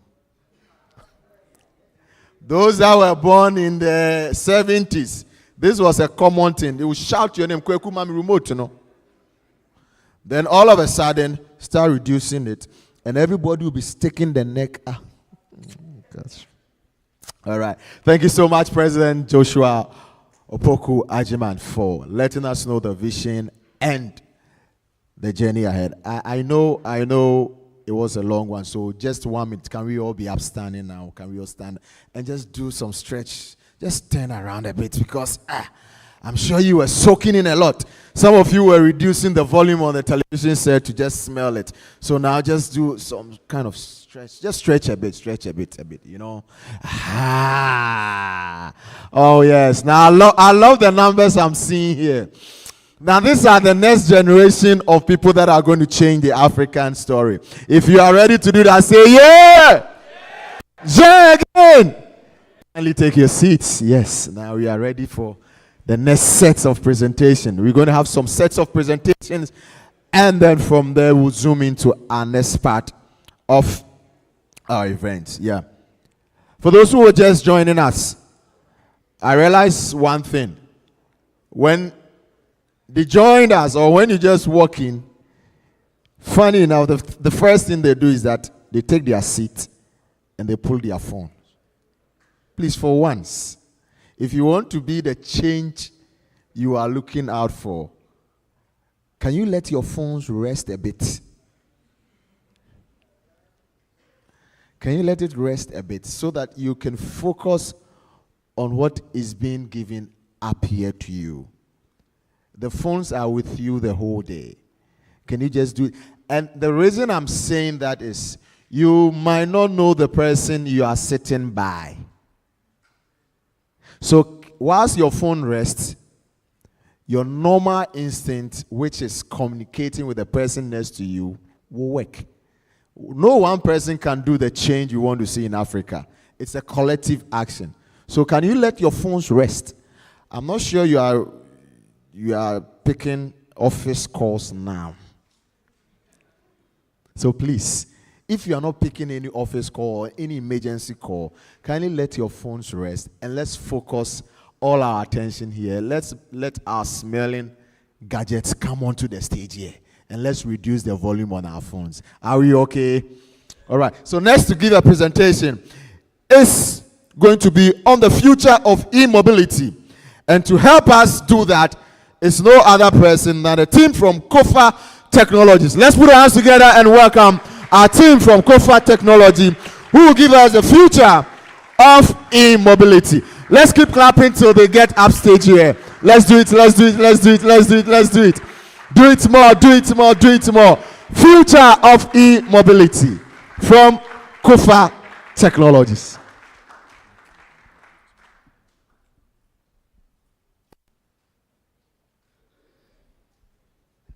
Hello. Hi, good afternoon, everyone. So, when we all come in here, we all came here through some form of vehicle, either a car or a motorcycle. But currently, there's a paradigm shift in how these vehicles are getting powered. And that's what I'm here to talk to you about. So, my name is... Next slide. Next slide. So, my name is Jeremiah. I am a back-end developer and an embedded systems enthusiast. So I get excited about any and everything relating to embedded systems. Programming microcontrollers, playing around with ESP32s, just anything with embedded systems makes me excited. So that's one reason why I'm quite pleased to be able to present our work at Kofa Technologies at IoT Network Hub. Next slide. So in 2016, it's estimated that 700,000 electric cars were sold. But in this year, 2023, that number has gone up to 14 million. And you can see quite the difference from 700,000 all the way to 14 million. The current electric scooter and motorcycle market in this year is estimated to be worth $4.9 billion. And in just 5 years, it's estimated to be almost 3 times that amount. Currently, electric cars have passed the tipping point in 23 countries all over the world. This means that 5% of all new cars are powered only by electricity. So the future is electric. Right now it's settled. We are not going back to fuel any day or any time soon. So at Kofa, we believe that this future and this growth needs an infrastructure that is scalable, that is resilient, and that can beat the current experience we get with petrol. And that is what we are currently building. Next slide. So this picture gives you a glance of our network. So our network comprises of battery swappable electric vehicles, batteries, and swap stations. So in the picture, you can see on my right, we have the vehicle there. So this is our first generation motorcycle, which we designed. So we don't manufacture motorcycles. We make the batteries. So we call this model Volta. It's named after the Volta region in Ghana. And then you can see the black rectangle with the Kofa branding. That's our swap station. And then the yellow boxes inside there are our batteries. So with our model, the batteries in the vehicles can be swapped. So you don't have to get to a station and unplug in a charger and wait for your battery to be fully charged. You just walk in, you take out your depleted batteries, you put it inside a station, you take fully charged batteries, and then you are on your way. So next slide. So this picture shows you how the battery swapping works. So on our Volta motorcycles, you take out the batteries from the side of the motorcycle, and then you go to the swap station. You can take fully charged ones and put your depleted batteries inside the stations, take the fully charged ones, and then put them inside your bike. So I have a video that demonstrates how the swapping flow works. Next slide.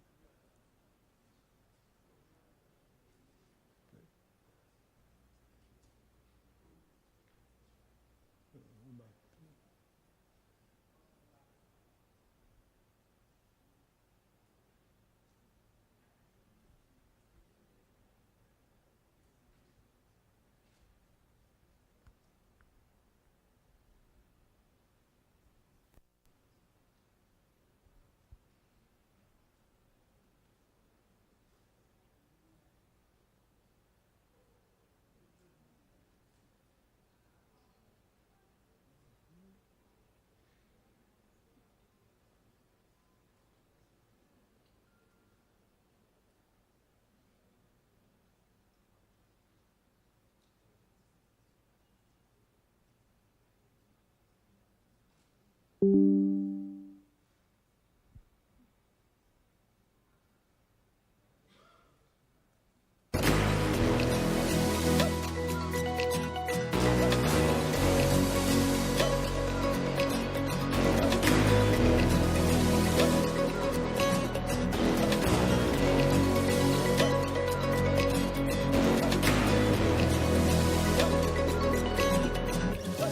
as you all just saw, this is a very simple process. I'm very sure any of you can do it here. Very, very simple. No charging. You just walk in, take your batteries, and you walk out. Straightforward approach. So we've been running our battery network for almost a year now, and then we achieved some significant milestones we'd like to share with you all. Next slide. No, back. Yeah. So currently we have 36 of the voters on the ground. We have 170 batteries in our network, and then we have 7 swap stations spread all over Accra. So in almost a year, our batteries have traveled in total of 591,986 kilometers. The African coastline is 30,500 kilometers. So our batteries have traveled almost 20 times around the African coastline.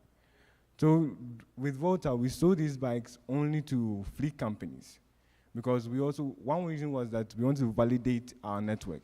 Because if you know the delivery riders, they stress their bikes. They deliver food, they deliver packages, so they really, really use our bikes. So we wanted to, the rationale behind it was that if we can sustain a network for that kind of heavy user, then we can definitely translate that into individuals who are just commuting to work or to school and back home. So these riders have really, really used our batteries. Now they've been swapping an average of 4,000 times. We have an average of 4,000 swaps every month.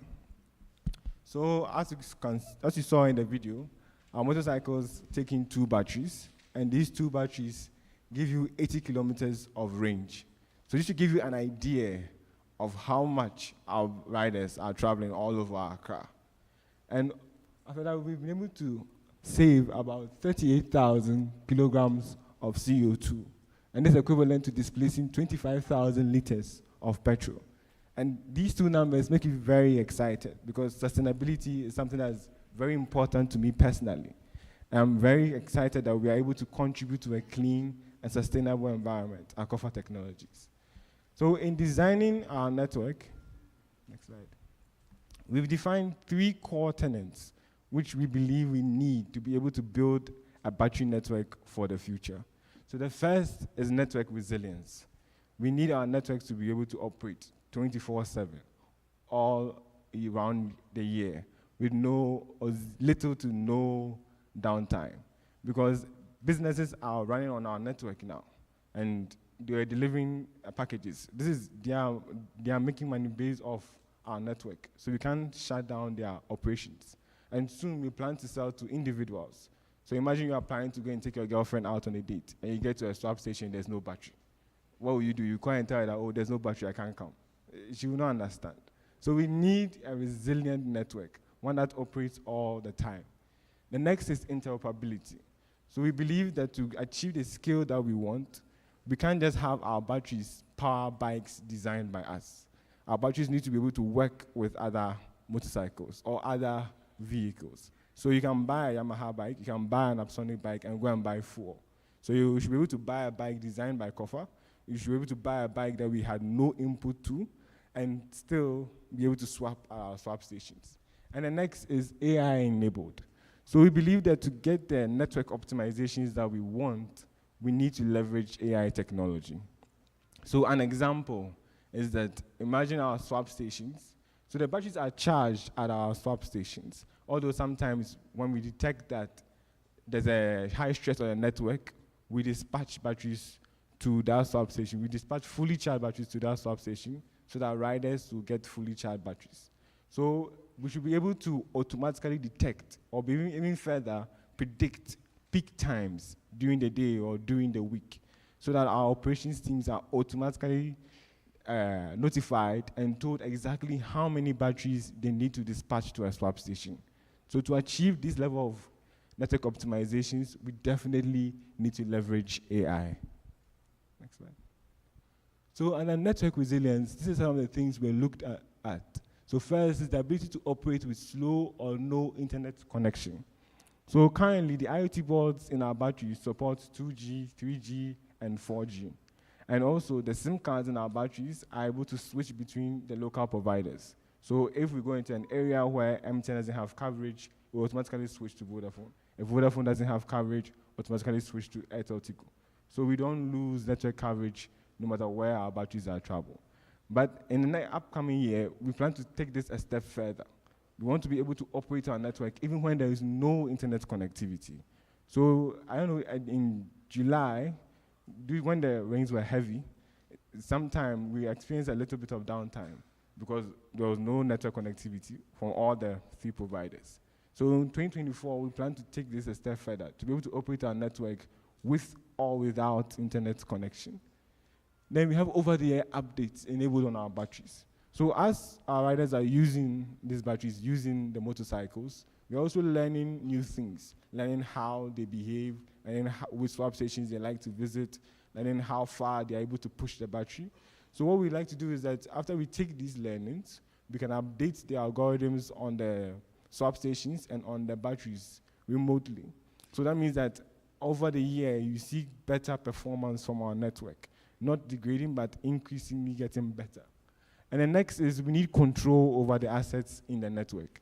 So if somebody has not paid for our service, definitely they can't be allowed to go and take a battery, while somebody who has paid gets there and they can't get a fully charged battery. Next slide. So the next thing is interoperability. Back. Yes. So our batteries are designed to be for multi-use. So currently, aside from powering electric vehicles, we can also use our batteries for backup power.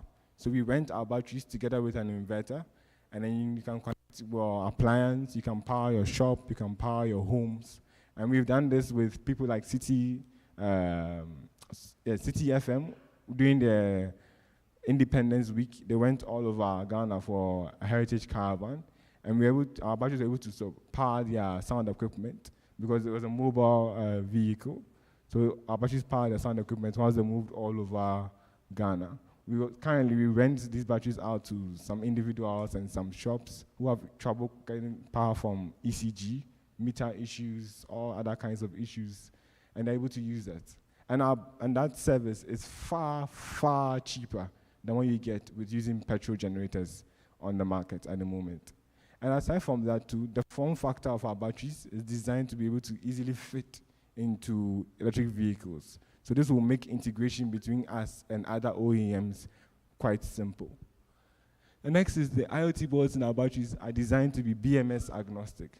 So currently, we have third-party battery manufacturers design the BMS that goes into our batteries. But we also are coming in next year and in the future want to try out other battery manufacturers, try out other better battery cell technologies. And we don't want to go back to the drawing board every single time. So our IoT boards are designed in such a way that you can just pick them, put them in connect them to another BMS, and then you're on your way. And next is the antennas on our IoT boards are tuned to radio frequencies across Africa. So we don't plan on staying in Ghana alone. We plan to scale all across Africa. And again, we don't want to have to go back to the drawing board again. So currently, if we plan to move to Kenya or we plan to move to Nigeria or Togo, we can just take the same batteries that we are using here and send them to that country. We don't need to go back and manufacture a new batch of batteries. Or you can think of somebody on the border, say somebody living in the Volta region, riding towards Togo. You can't tell the person that because your batteries only work in Ghana, the person can't ride their bike to Togo. So that's not possible. And the next is AI, our network being AI enabled. So currently, we are able to get data from our batteries at every minute. And in the next year, we plan to step this also up and get data from our batteries every second. Because we need large amounts of data to be able to build the AI models to gain that network optimization. Also, we plan to deploy AI capabilities all across our network. So we should be able to run AI models on our batteries. So the battery should learn how the rider is using it. We should be able to run AI models on our swap stations. Our swap stations should be able to be intelligent in how it charges the batteries. Say it detects that it's peak hours, so it does fast charging, so the batteries charge faster. These kind of capabilities should be available all across our network, not necessarily running only in the cloud. And also taking the time to develop in-house firmware and AI expertise. So in our second generation of products, we wrote the firmware, designed the IoT boards, everything in-house, right on the ground. And we plan to do the same when we start deploying AI all over our network. So we believe that once we have achieved these three things, we will have the battery network that is for the future. But anybody who's run or built any kind of system knows that things don't always go according to plan. And we have some technical challenges that we faced that we would like to share with you, because we're not here to just make it look like everything was rosy and was simple. So the first was SIM card troubles. So remember I said that our SIM cards are able to switch automatically between the networks in Ghana. And initially we wanted to work with a local provider to achieve this. But unfortunately, we're not able to do that. What their solutions for IoT, we realized it doesn't really fit in what we wanted to do. So an example would be being able to tell the last time a SIM was online.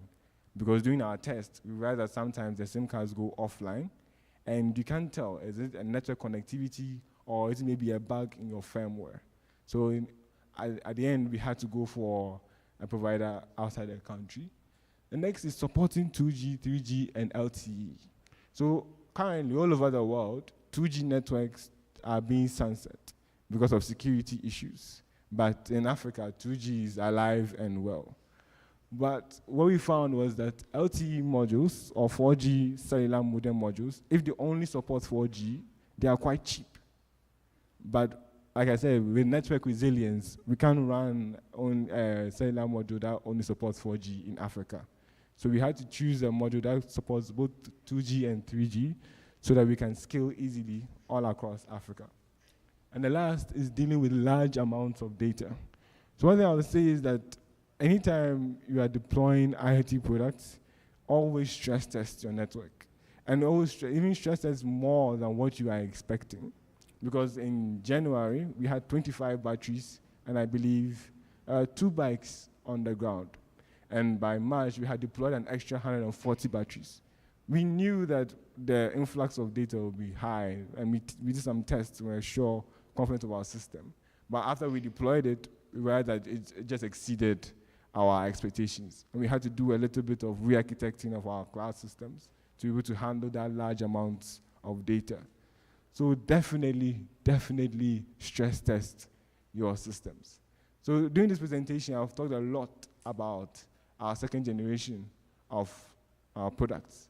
And I'm pleased to let you know that this second generation product will be launched in Q1 of 2024. Next slide.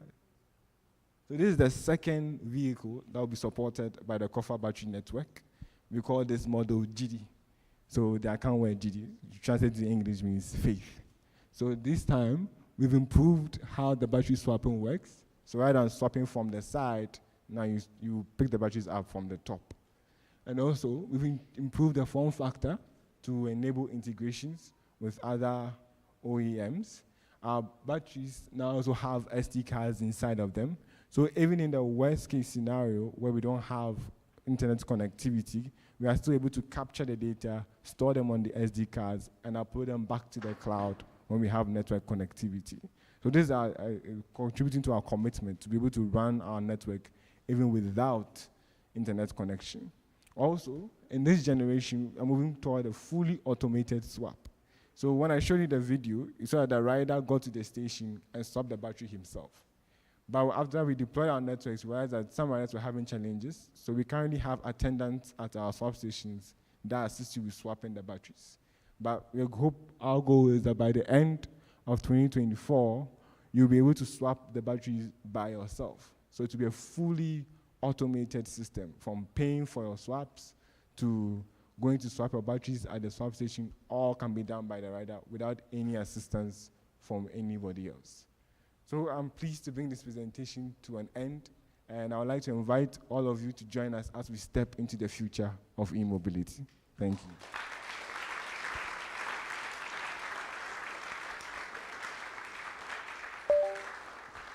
So, do we have any questions?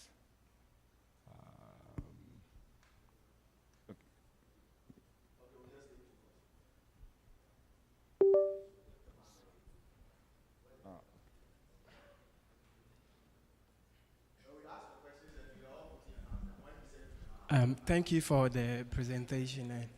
Please, you are talking about data, that going forward you will be having large amount of data.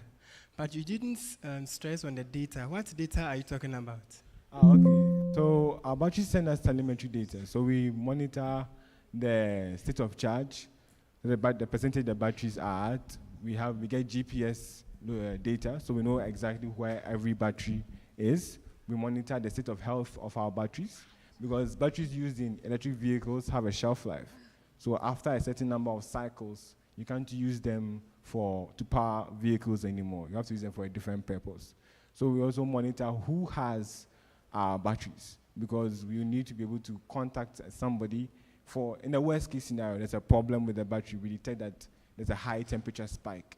We need to be able to contact you and say, oh, please park your bike or something like that. And like I just said, we monitor temperature. We also monitor voltage. We also monitor network strength, so that we know if we are getting to areas whereby there's lower signal strength. So these are some of the data that we have. But we plan to have collect more data points in 2024. All right, thank you very much. My question is very quick one. I want to find out from you, the motorbike that you have. We have farmers, we also have Okada riders. I want to find out what kind of category of people, or profession, you normally design the motorbikes for. Is it okay for someone like a farmer to use, or Okada rider to also buy and use? Okay. Is it affordable, and is it also okay that it will last long for them to use? Thank you very much. All right. So yes, anybody can use our motorcycles. The reason why we sold the Volta motorcycles only to fleet companies, because it was easier to deploy a network, and also was a good way for us to test our network we stress test our battery network. So yeah, so you can use our bikes and for any purpose, commuting to work, for farms, or for whatever purpose why you want to use an electric motorcycle, you can use our bikes for. So with pricing, we currently have an asset finance company that we are working with, so that they can assist you with a payment plan if you're not able to pay for the full amount of the motorcycle. But it's quite unfortunate that currently we operate only in Accra. We are looking to scale our network all over Ghana and also all over Africa. So once we are in whatever city you are in, you can use our motorcycles. Yeah, so my name is Adiza Al Hassan. My question, you did really, really well with your presentation. My question is about privacy. So you said all your batteries, you have a SIM card in it that you are able to detect some information on it.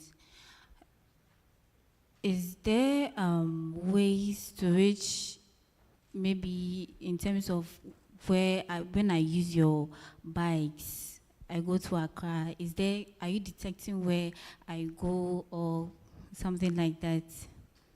Okay, so yes, we are able to see where, so we don't track our bikes, we track the batteries. Because the bikes you've paid for, it's your bike. But the fleet companies like the feature of being able to know exactly where their riders are. So to them, being able to track exactly where the batteries are is a feature for them. But we understand that for individuals might be worried about their privacy, just as you said. So now that we plan to sell to individuals, we plan to make these type of features opt-in so that you can see, okay, if you want to opt in to see exactly where your bike is, because some of the people we engage with actually buy GPS trackers to track their bike. But then with us, you get that as like as a bonus, or once you subscribe onto our network. And also, we are committed to respecting the user's privacy. So we're currently working on our platform in such a way that if an individual requests to delete their data, all of your data, any personally identifiable data attached to any telemetry on our platforms will get wiped. So it's not a case of you work with Kofa sometime or now you're no longer on our network and we still have your data. So the data is your data, it's not our data. So you should deserve the right to have it deleted. So please, we'll be having a panel where they all come back on stage and then you can give them your questions. Please, we want to just make use of time, so please. We don't want to run out of battery, so please. Well, let's give him a round of applause. Yes, thank you so much. Thank you so much. Right, so the trick here is that when the presentation is going on, quickly put down your question, and when they finish, just raise your hand, I'll call you first. Else you have to wait till the panel time, and then we'll have to open the floor for you to ask your question. All right, thank you so much. Kofa Technologies, thank you for letting us know what you're doing. Next to give us another presentation, please get your questions ready, because whilst you're doing it, we'll open it up for you to ask the questions. And then a quick one before we bring in our next speaker. Now you can pick up your phones now. Now you can pick up your phones. And then just do a quick one. You can just take a picture around. Best you can do is that take a picture of me. So either you do a selfie or you do me a selfie. So take a picture of around you and then post it and use the hashtags that has been given out. So please, just 1 minute, let's do it. Just take a picture. Either you do a selfie, either you take a picture of the whole hall, whatever you do. Let's do it now. Let's do it. Let's go. Let's take it. 1, 2, 3. Let's do 1, 2, 3. Let's all do it. Yeah, let's all do it now. Let's everyone do it. All right, let's go. Aha. Now just post it with any of the hashtags up there. You can do it hashtag IOT Meetup or at IoT Network Hub. And then let's circulate it. Let it go. Let's make some mileage for this event. Thank you so much. Thank you very much. Right. Next to come on stage to give us a presentation is the founder and then CTO of AfriLogic, who is going to give us a presentation on the future of education, tourism, and entertainment, a combination of three. Ladies and gentlemen, help me welcome the founder and CTO of AfriLogic, Samuel Adrani, to give us his presentation. Let's show him some love.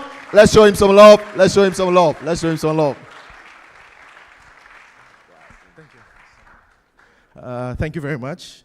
I have a lot of things I have to pretty much drop this. I have been told there's a trick to the presentation, so I have to be a bit closer to the side to get my slides to advance.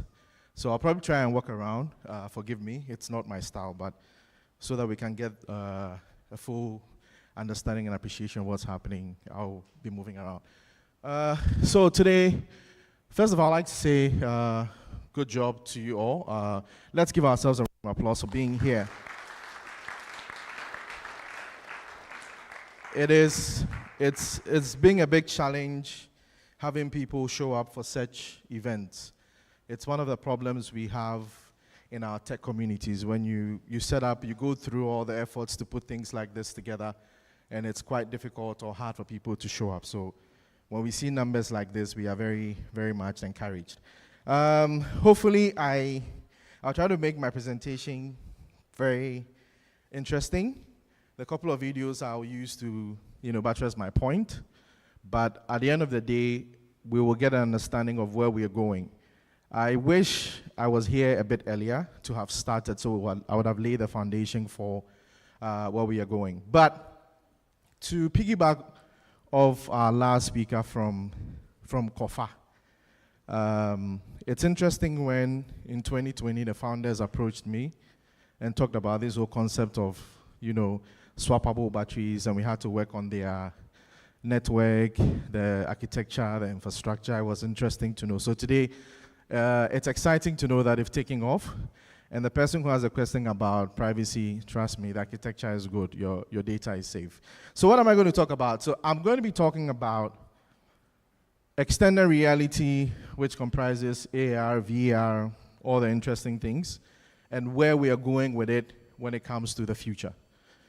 I will try to tell a story of where we've come from and where we're going and where the future holds for us.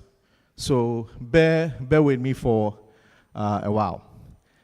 I hope this picture is a bit clear. I was hoping you could see. Can you guys see what's here? Not really. How many of you know the DVLA 37 Airport License Office? Yeah. How many of you know that area? Okay.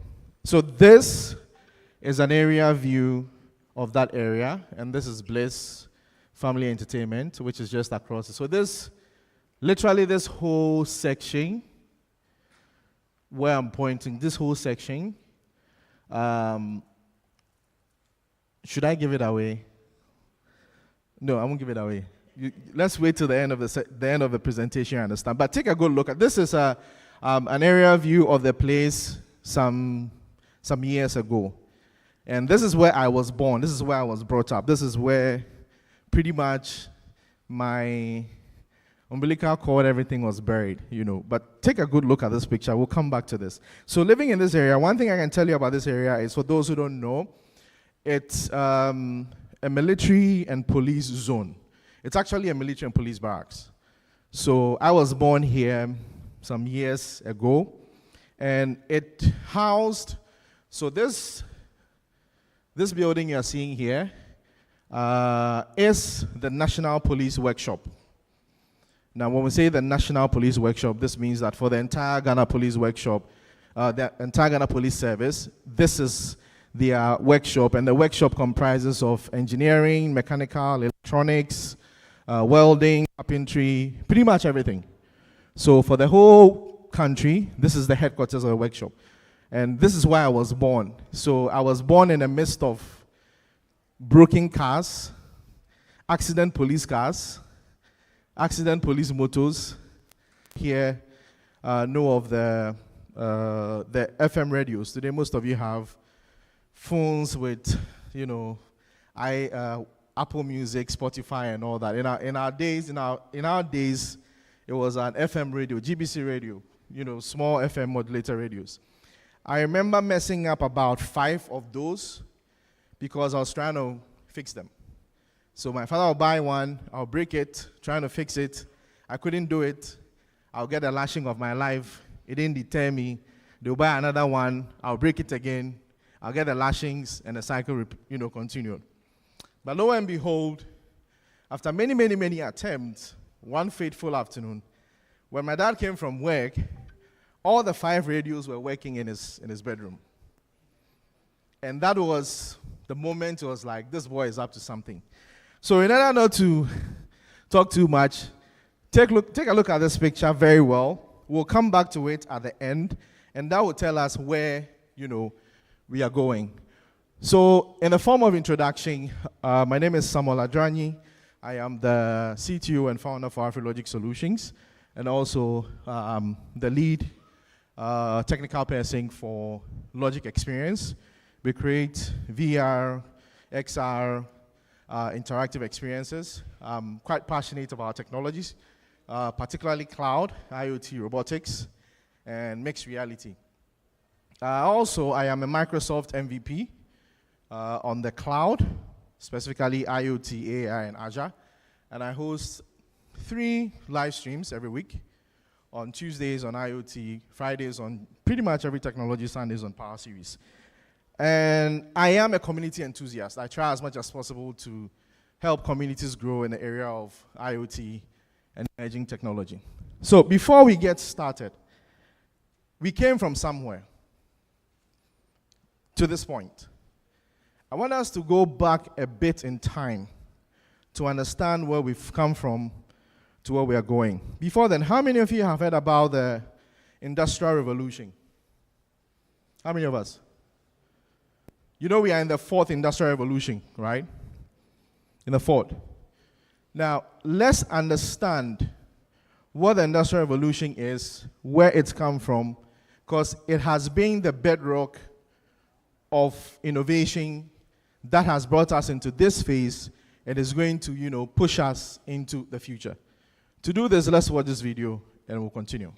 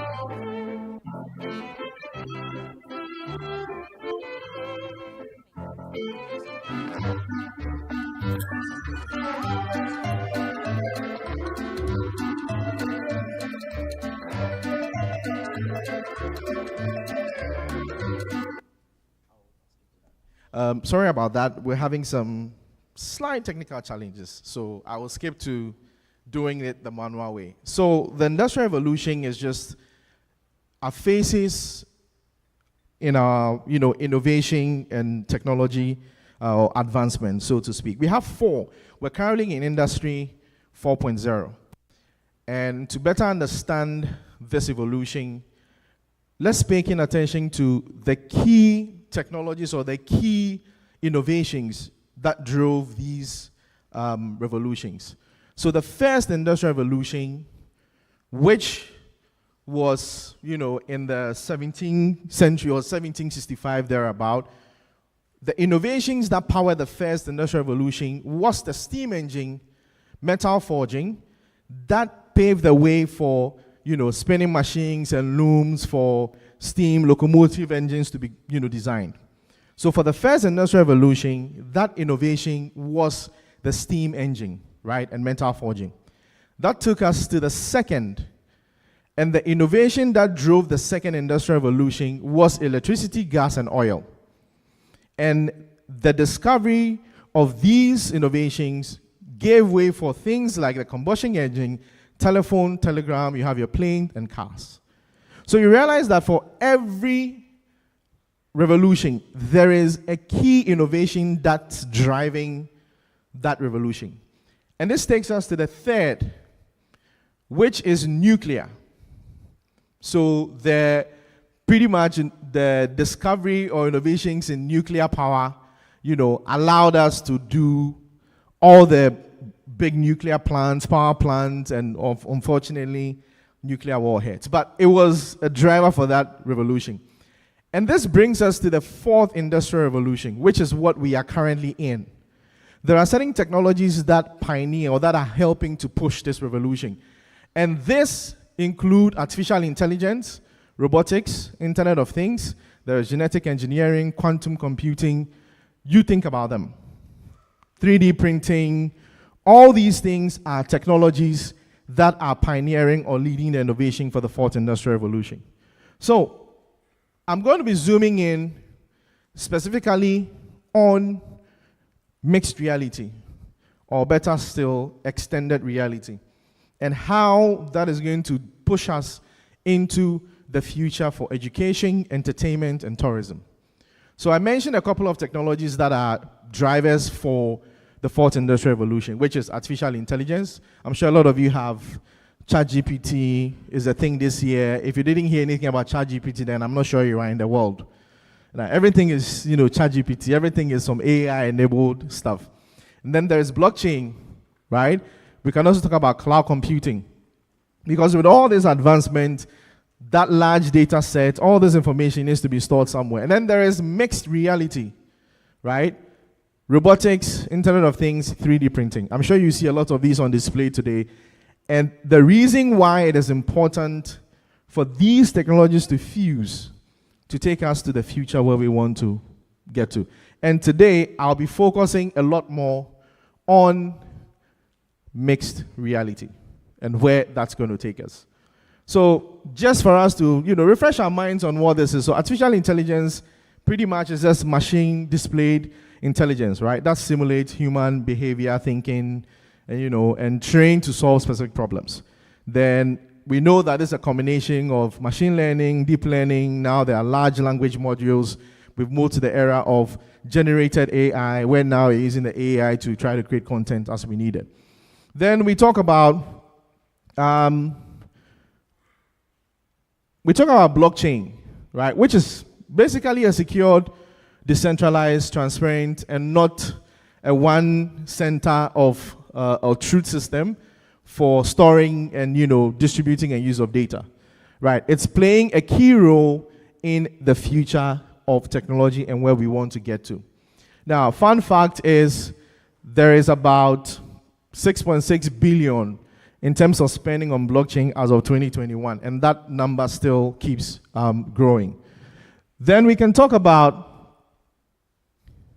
cloud computing, right? I'm sure most of you have read about Microsoft Azure, AWS, Google GCP, Alibaba, DigitalOcean, all the cloud providers. With all this innovation and technology requires that the data set or the kind of systems we are building be deployed at a particular space or place. And cloud computing provides the infrastructure, right, for us to do that. And here again, you can see that as of 2021, there was about 400 billion in revenue from cloud technologies. Then we can talk about robotics, right? Robotics refer to design, manufacturing, use of robots. And I'm sure when Joshua was having his session, he made mention of building, right? So you see how all the pieces and parts of the technologies come together to push us into the future. And you will see how they all come into play here. Then we're looking at about 5.5 billion in the robotics market size. So if you're not in it, maybe you should consider, getting into that space. Then Internet of Things. I'm sure most of you, one way or the other, have experienced it. Smartwatches, smart cars, smart clothes, smart fridges, smart shoes, smart toothbrush, smart glasses. How many of you are surprised about the things I'm mentioning? How many of you are surprised about it? Smart everything. Everything smart. A lot of smart stuff. And it's estimated that, I think as of last year, there are more smart things than human beings in the world. Because every day, they are being added to it. Then there's 3D printing. I'm sure some of you saw the 3D printers outside, right? Which allow us to iterate or build, design faster to get things out. This also forms part of the technology. Then, finally for me, mixed reality, or what I want to call extended reality, because now there are a lot more additions to that space. So that is what I'm going to be dwelling on today, and then we're going to look at some of the benefits. So mixed reality, technically, is a blend of the physical and digital world, right? It allows us to create immersive experiences or create environment and worlds leveraging digital computing skills. That is either by superimposing digital assets or creating a whole new environment for new environmental experiences. Now, virtual reality offers an immersive experience, right? Digital experience using VR headsets. So things like Oculus, either Quest 2, Quest 3, HoloLens, and the likes. Then we can also talk about augmented reality, right? Which is when you are superimposing digital asset into your physical environment. And we're going to see some things on that. Now, let's quickly watch this, and then I can explain a lot more on that. So there is always the question of what is the difference between virtual reality and augmented reality. Now, if you look at the scales, on the left, which is more of your reality, your physical environment, right? And then on the far right, you have your virtual reality, which is a complete new environment. So mixed reality is sitting in between your physical reality and your virtual reality. Now, there are different hardware or resources that allow you to experience this. An example of virtual reality environments will be using your Oculus headset. So you wear the Oculus headset, you are teleported into a different environment, where it could be a game environment, it could be an experience environment. That is virtual reality. At that point, you have been transported into a new environment. That is virtual reality. In augmented reality, you are still aware of your surroundings. You can see what's happening here, but then there is a superimposition of digital assets. An example of, that is, I'm building a house, or probably I'm doing a virtual tour of a house, and I want to know, will this kitchen set look interesting in this space? You can use augmented reality to superimpose a digital asset of your kitchen set right there. And then you can see how it looks in the environment even before you purchase it. That is augmented reality. However, a combination of virtual reality, augmented reality, and other forms of reality which are experiential.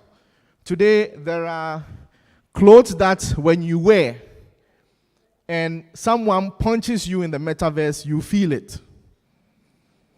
Now, this is a combination of what? IoT, physical computing, physical devices, and what? Software or technologies.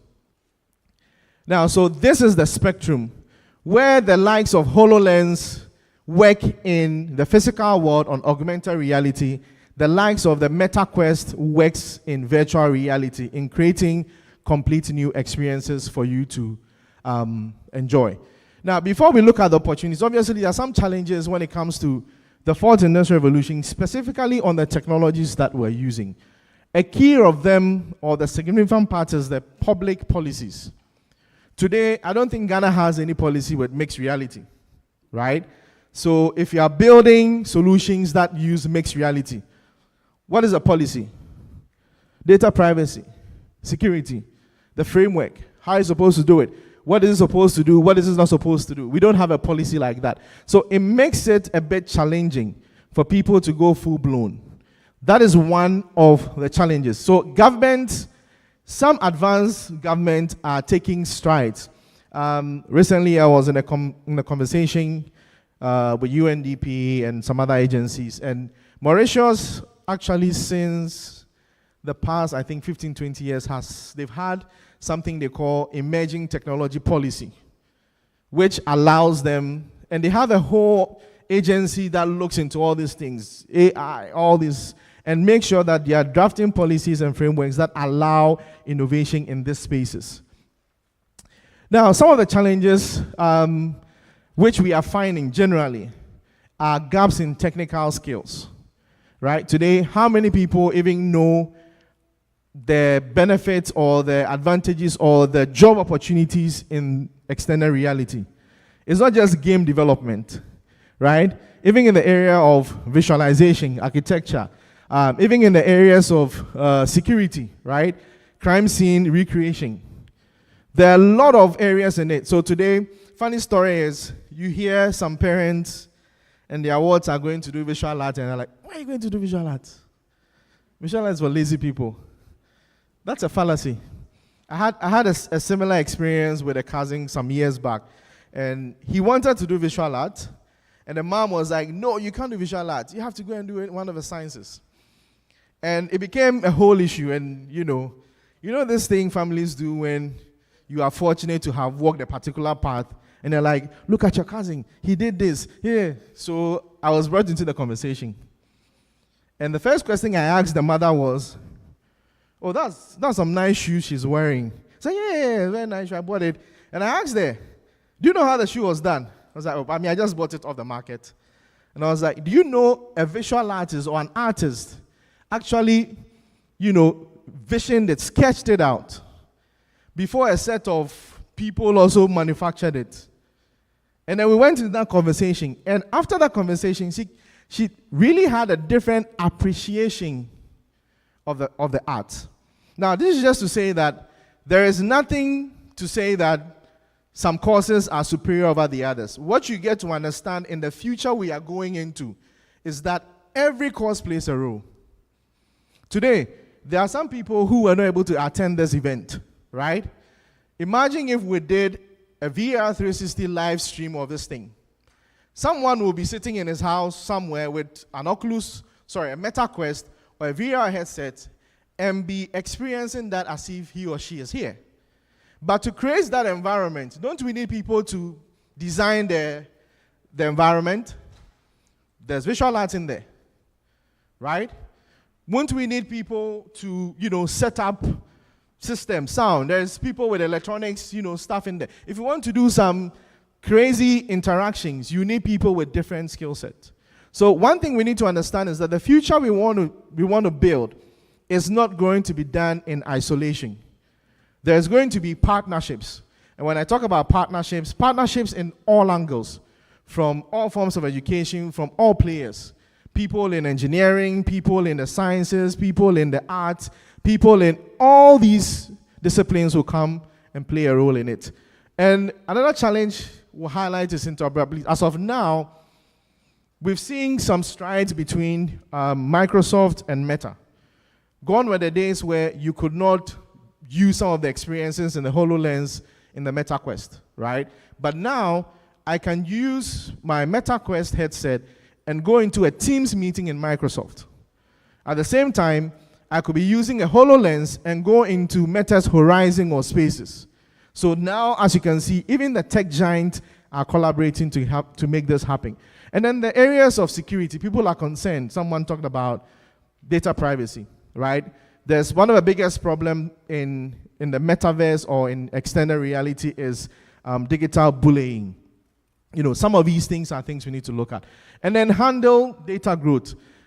Even when COFA started, they even have alluded to the fact that they had challenges with data growth. So that is one of the challenges. We need to have infrastructure and systems that allow us to experience or handle the amount of data.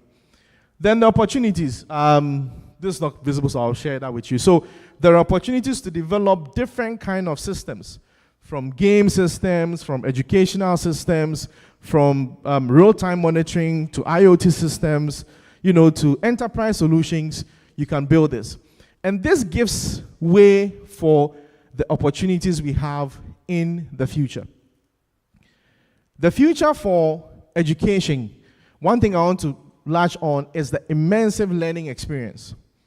Now, how many of you, throughout your, probably whichever level of education, when you were learning, let's say, the history of Ghana, had a chance to go to any of the castles? How many? How many of you? Till today, how many of you have visited the castles in Ghana? Even Osu, the castles, how many of you have been there? Can you imagine? Not a lot of people. Not to talk about Larabanga Mosque in the north, which in recent times, part of it is collapsing. And if we don't do something to preserve it, we're going to lose that. How many of you have been to even the Accra Museum? You see? That's very interesting. So in the area of education, what mixed reality or extended reality can give us is providing immersive learning experience for these people. So you don't physically have to go to Larabanga, but with mixed reality, you can experience Larabanga. Does that make sense? It applies to a lot of things, not just like, it could be libraries, it could be content, it could be videos. I remember when we were learning in school, chemistry, physics, we didn't have any simulations. You use the physics gas, the chemistry gas.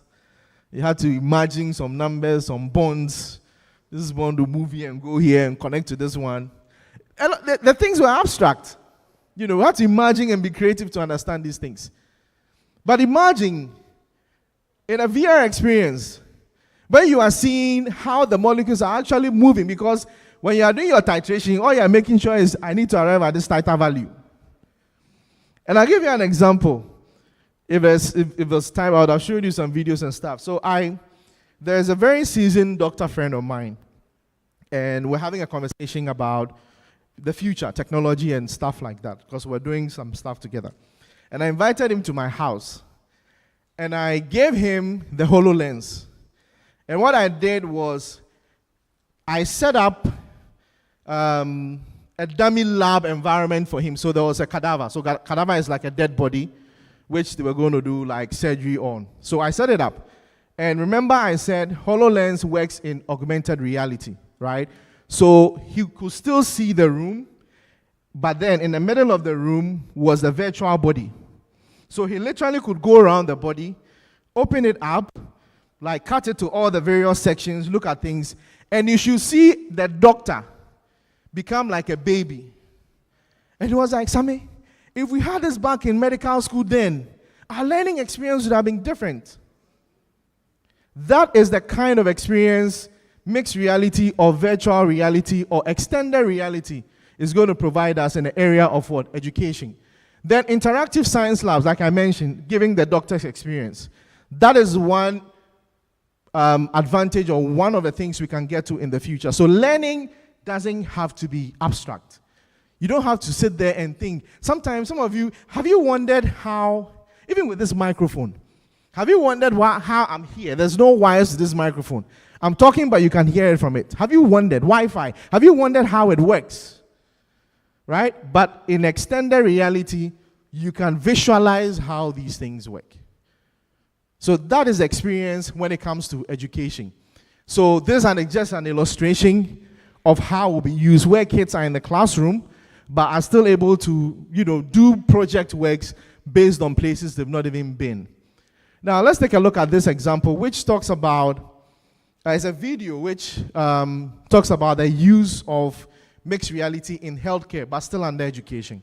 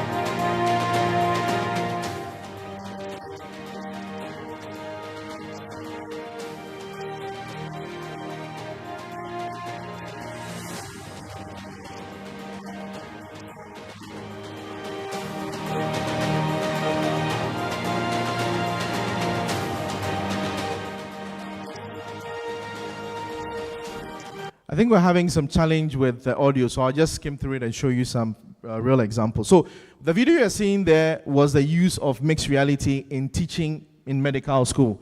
There was an actual use case where a surgery was performed in Uganda, and then the lead surgeon was in the US. So the surgery performing the operation in Uganda was wearing a HoloLens, and the lead surgeon in the US was actually making directions on the patient in the real world. So the operating surgeon was able to do the operation using HoloLens. In the areas of tourism, virtual travel experience, like I mentioned, most of you here have not been to Kakum or the Cape Coast, or you can experience that in virtual reality. You can experience that in virtual reality. Enhanced sightseeing, again, I don't need to be in Ghana to experience all these things. In this year of return and the aspirants who are in town chilling, those who couldn't make it can be in the virtual environment and experience the same thing. One interesting use case is Afrochella, now Afrofuture.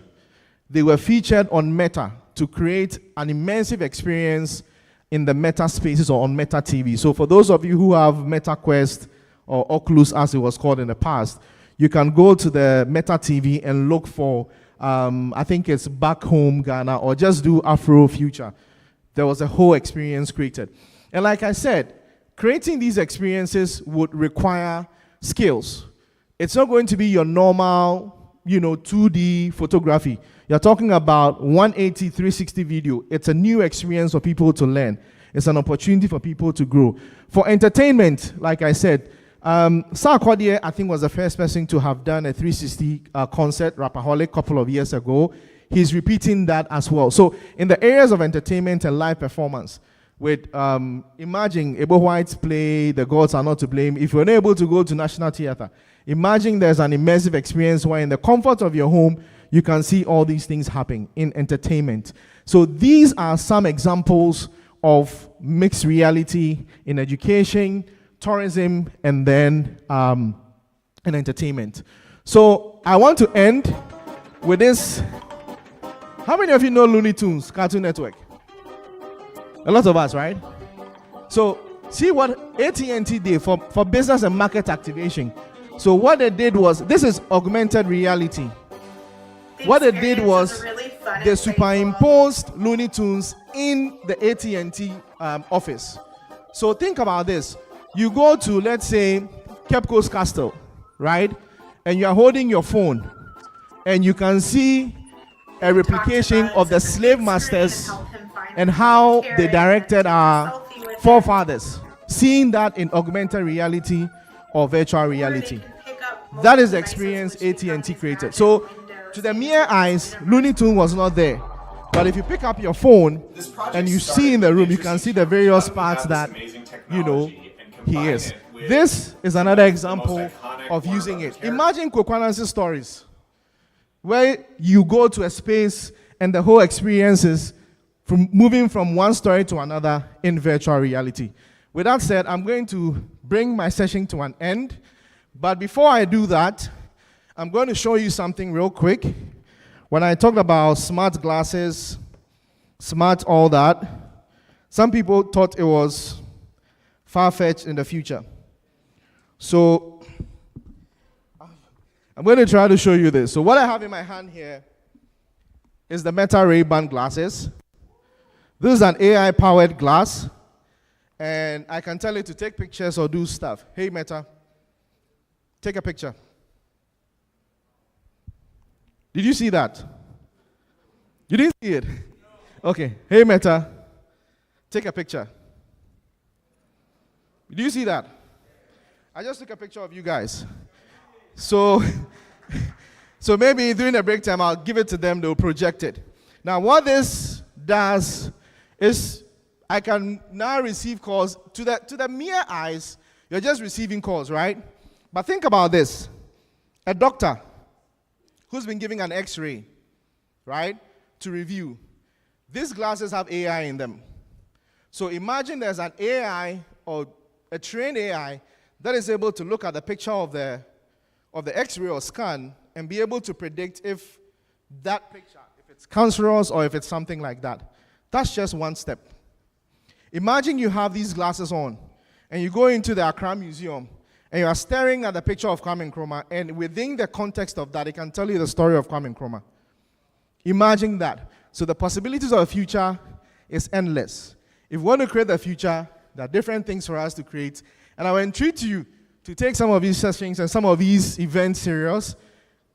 Connect with people. Learn how you can be part of the future. Because trust me, the future is exciting. With that said, I'll leave it here, and thank you very much for your time.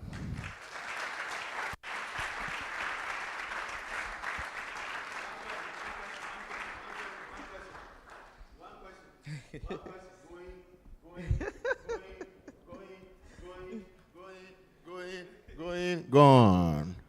All right. I think you just absorb everything that was done by Samuel. Just give him another round of applause again. Yes. Sammy, now I'm a bit scared of those who are wearing spectacles in here. I'm wondering if I'm safe up here because I don't know what they are doing inside, what their eyeballs are doing inside now. Wow, wow, that's something else. That's the next level we are all moving into, right? Okay, so right about now, I just want you to do another quick one for me. You can scan the QR code up there if you want to partake in any of the games that will be on exhibition out there. So if you want to take part in any of the games, just as he showed us with the glasses, if you want to have a feel of it, just scan it so you register quickly. Then we get our list ready when it is time for us to go and have the practical feel. Thank you so much, Samuel. That was something else. You've taken us to Kakuma and back to Accra in just sitting down. That is how virtual reality is all going to be. That's entertainment, education, and tourism. Another round of applause for him. Wow. Wow. Wow. So we are on the right path now. Thank you so much, Samuel. Right. After what Samuel did, we're going to zoom into pure AI. We're going to look at the future of AI. And to help us understand and get more details about that is no other person than a representative from AI Ghana. Is our rep here from AI Ghana to give us their presentation. Let's give her a round of applause.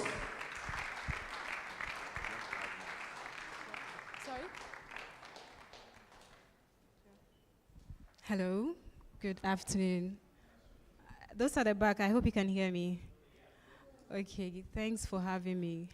My name is Deborah Arthur. I'm the co-founder and vice president of AI Ghana. My current focus is on computational linguistics, and I'm happy to chat with anyone who is interested to know more about computational linguistics after the session. So this morning, I felt I had a cold, but I told myself that I definitely have to be here, and I'm glad I made it. So I'm very excited to be here today to talk about AI, which is something that I'm passionate about.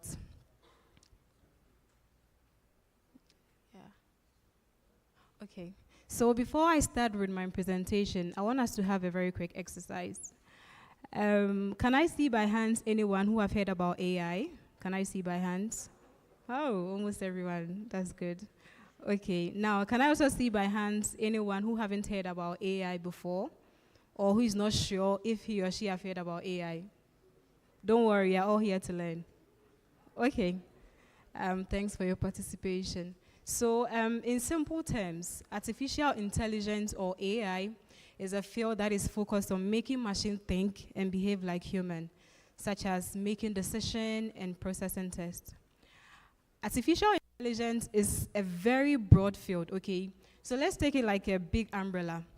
And within it, there are several fields, which includes machine learning, robotics, computer vision, and data science. AI is fast growing, and it's changing our lives the same way electricity did 100 years ago. Now, let's talk about the current state of AI in Africa. In terms of growth, African nations are witnessing a rapid growth of AI, which is driven by a mix of innovative startups, academic research, and supportive government policies. And young entrepreneurs and tech visionaries are also harnessing AI to revolutionize sectors like agriculture, where AI-driven solutions are predicting weather patterns and also optimizing crop yields. In terms of key players, most tech companies, both local and international, are playing a pivotal role. So for instance, companies like Google and IBM had established AI research centers in countries like Kenya and here in Ghana. We also have universities and tech hub who are also significant players contributing to research and development. Talking about government support, so several African governments had realized or seen the potential of AI, where they are actively creating favorable policies. We can talk of countries like Kenya, Nigeria, South Africa, who are leading in this aspect, such as creating frameworks to facilitate AI growth and also address issues like data protection and, data protection. Education, yes, education plays a very crucial role here. So from primary schools to universities, there is a growing emphasis on STEM education, where artificial intelligence and machine learning are progressively becoming part of our curriculum. And there are also several or numerous workshops and training programs, often in collaboration with international companies, where they train AI, African youth on AI skills. Nice. Okay. How are Ghanaians embracing AI? You know, globally, AI is gaining momentum. It's actually growing pretty fast. But how are we actually embracing the field? So we can talk of enterprises like Academic City University, who recently launched a degree in AI. We can also talk about Mino Health AI Lab, who is also doing an amazing job in the field of health, in the health sector. We can also talk about AI Ghana, who is also promoting the use of artificial intelligence in Ghana. We also have government initiatives like Ghana AI Lab, who is also promoting research and development. So these enterprises or institutions actually shows how we are improving in terms of AI in Ghana.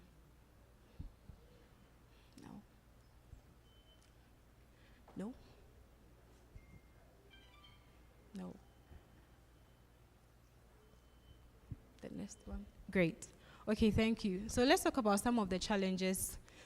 Some challenges include limited awareness and understanding of AI technologies. There's also lack of skilled workforce in AI and related field. Yes, so it's important, or there's a need for more AI skilled, more AI professionals in the AI field. We also have insufficient data infrastructure and access to data sets. So,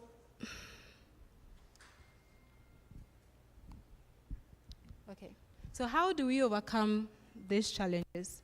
Some of the ways that we can look at or we can do to overcome such challenges include raising awareness. So this could be done through workshops, you know, community events, hackathons, and etc.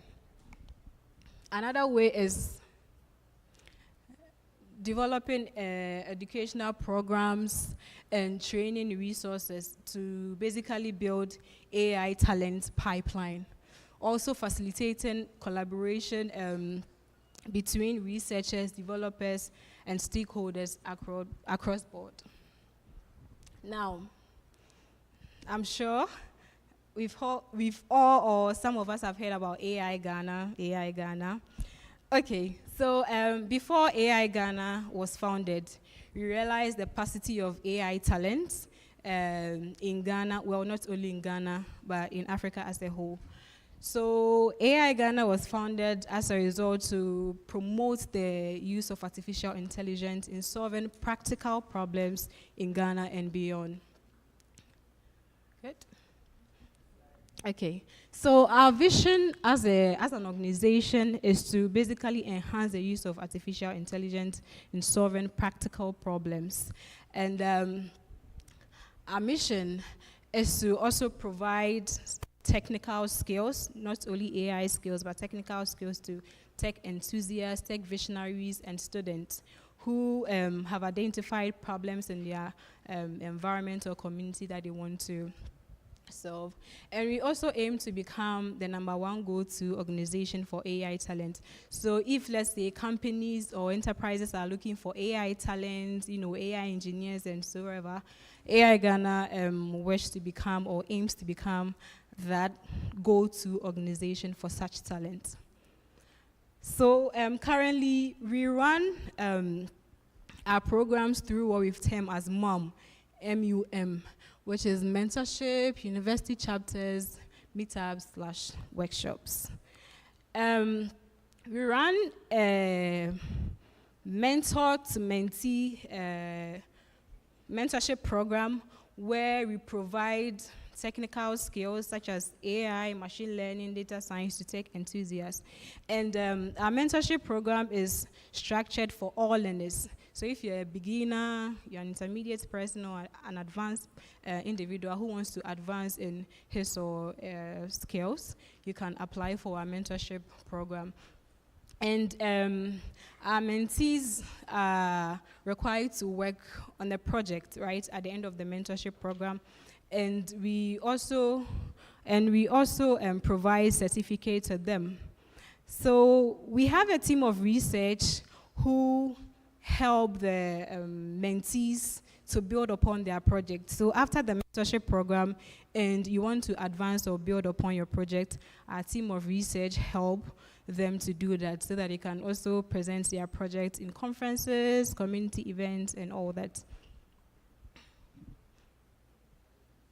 We also have run university chapters.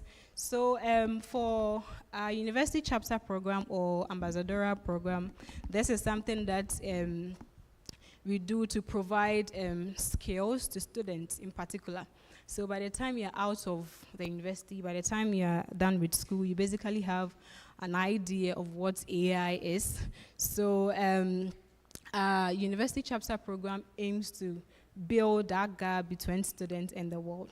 So we aim to create local chapters in all universities in Ghana, both private and public universities. So if you're a student here and you want to become an ambassador in your school, you can reach out to me after the session. Okay, so we also have the meetup programs. So one of the meetups that we organize is the AI Meetup. I'm sure some of us here have heard about AI Meetup.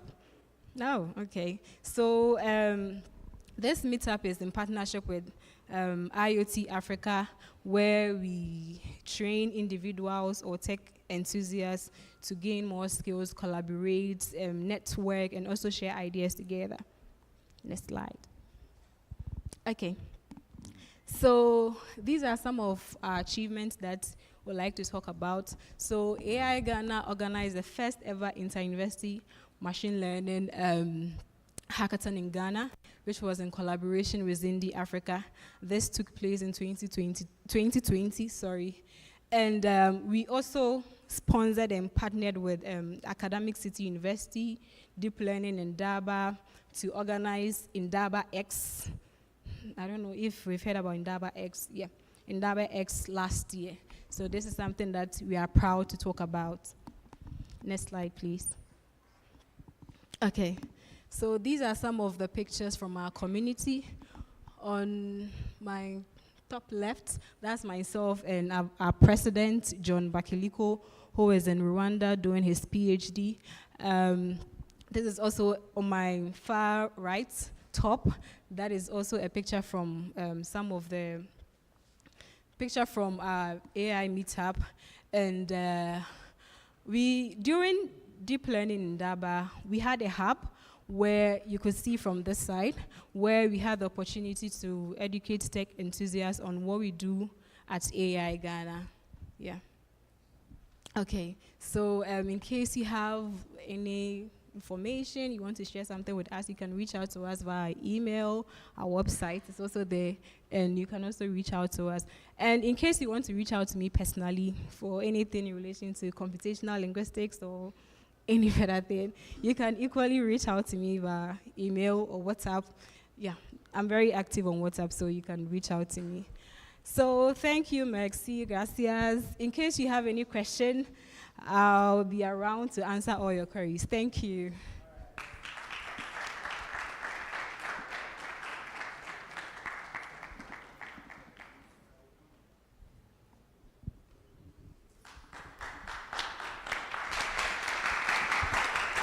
All right, thank you, thank you, thank you, thank you, thank you.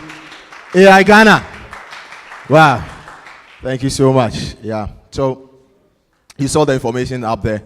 If you have any other questions you want to direct to AI Ghana team, they'll be here till the end of the program, so you can direct your questions to them. So right about now, we've been seeing or hearing presentation. It's now time for us to hear something different. And and to let us hear that different thing. Ladies and gentlemen, if you are ready, as I'm ready, put your hands together for spoken word as we welcome Nura, the linguist.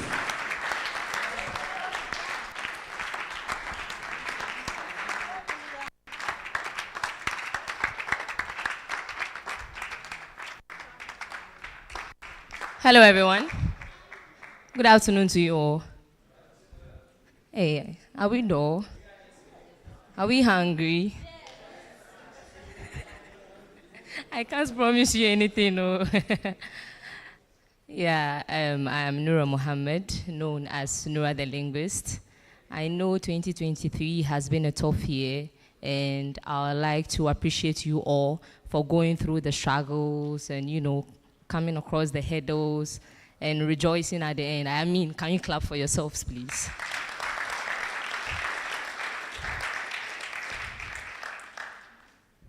Thank you very much. In the cradle of humanity, where the sun kisses the earth with a golden embrace, there lies a dream, a vision, a collective yearning etched in the soul of a continent. This is the African dream, a symphony of aspirations echoing through the savannas, the deserts, the rainforests, and the bustling cities of Africa.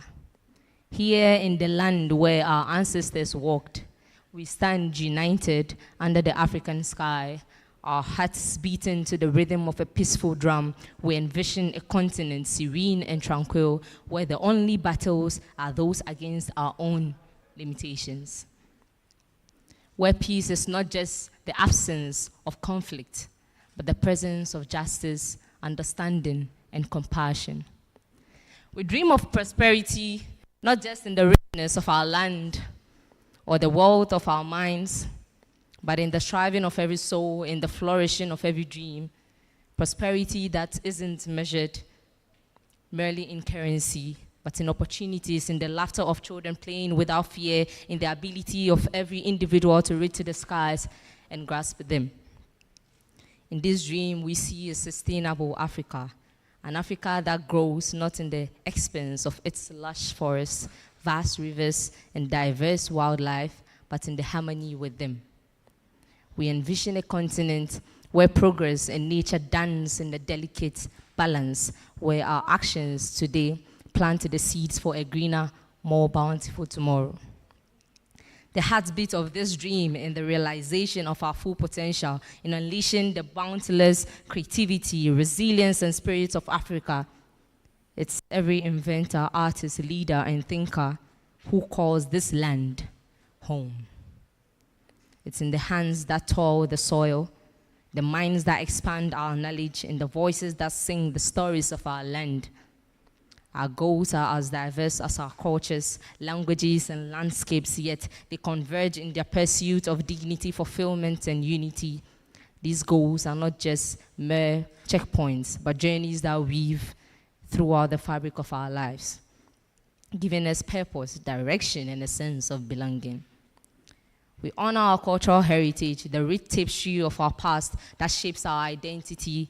This heritage, vibrant and alive, is not just in the artifacts of our museums or the stories of old, but in the way we speak, dance, and create and live. It's the thread that connects us to the ancestors and guides us into the future. Protecting our environment is not just a duty, but a sacred trust.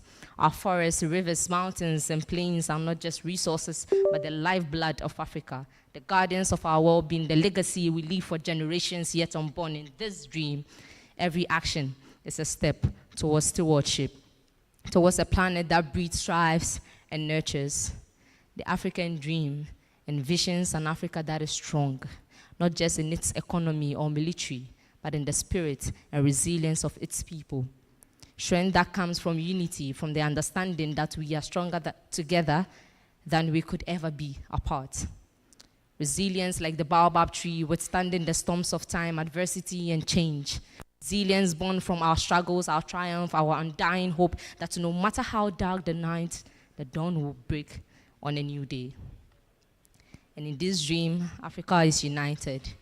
United not just in borders or treaties, but in hearts and minds. A unity that celebrates our diversity, that finds strength in our differences, that builds bridges where walls once stood. Above all, we dream of a life of dignity and fulfillment for every African. Dignity that comes from being recognized, heard, and valued. Fulfillment that isn't just in achieving goals, but in the journey, in the growth, and in the realization that we are part of something larger than ourselves. The African dream is not just a vision, it's a call to action. It's a reminder that we are the authors of our destiny, the sculptors of our future. It's the promise that every step we take brings us closer to a continent that is peaceful, prosperous, and sustainable. A place where everyone has the opportunity to live a life of dignity and fulfillment. We stand under the African sky. Let us hold this dream close to our hearts. Let us work together towards it, fight for it, believe in it. For in the dream lies the future of Africa. A future so bright as the sun that rises above our beautiful continent. The IOT Network Hub Dream. I am Nora the Linguist. Thank you very much.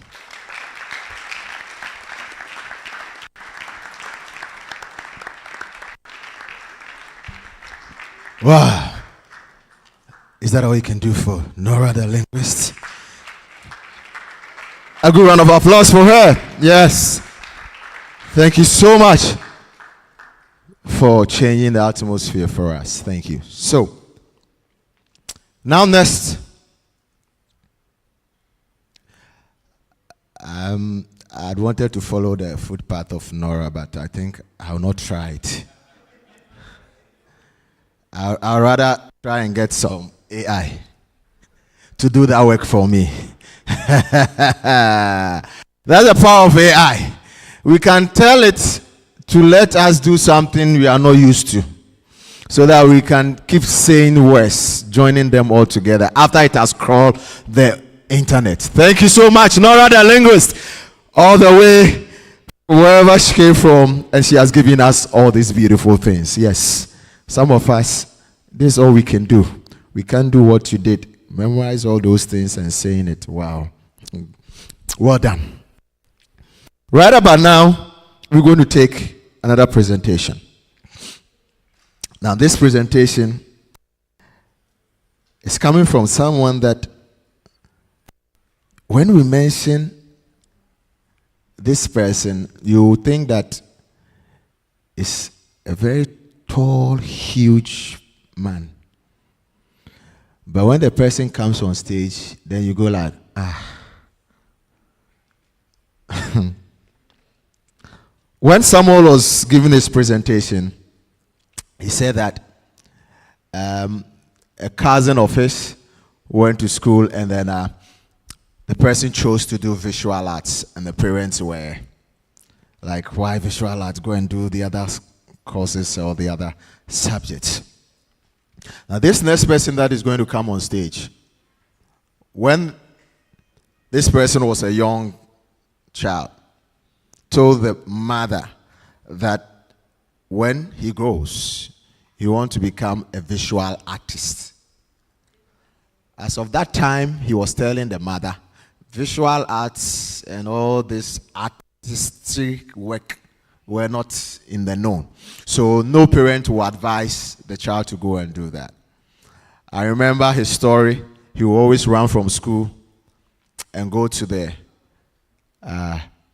Ghana Museum at Adabraka after school to go and do some drawings and paintings, and people were giving him some money and stuff. One time he was in class and the teacher was asking the students, what do you want to become in future? A doctor, a lawyer, a pilot. When he got to his turn, he said, I want to become a visual or artist. He said, sit down. They moved to the next person. But that didn't discourage this gentleman. He kept on.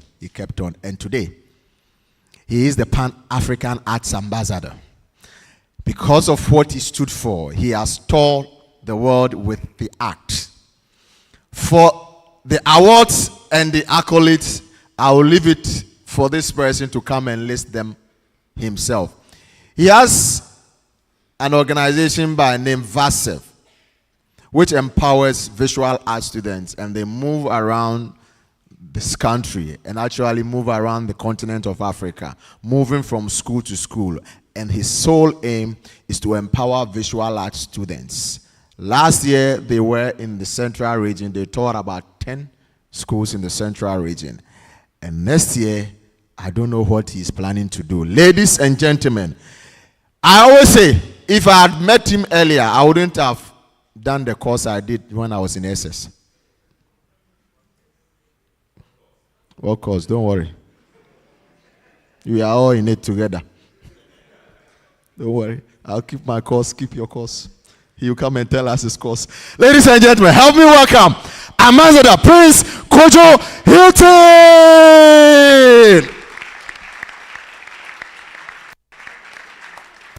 Thank you, sir. Thank you.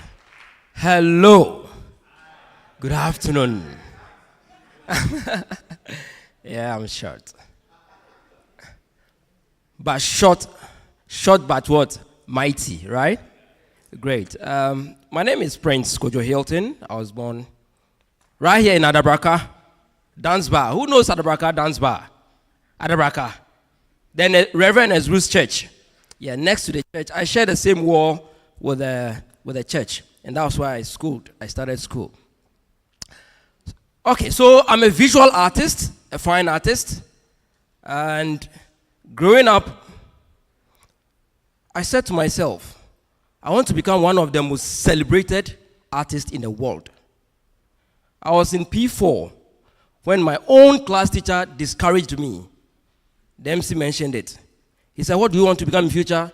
An engineer. Wow. A lawyer. Great. A doctor. Wow. And I said, a visual artist. Sit down. Next. This is what my teacher did to me.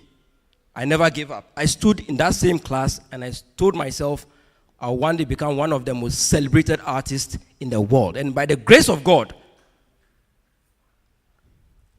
I hope you're seeing it. I'm touring everywhere. I'm the only visual artist who can walk into the White House at any time. I have a painting I did just this year when Kamala Harris came to Ghana. I did a presentation of a portrait of Kamala Harris. And do you know what I used in making the portrait? Coffee. As I'm sipping, I'm painting with the same coffee I sipped, the same coffee I paint the portrait with. I have a video on that, it's on YouTube. All right, so I'm an art ambassador.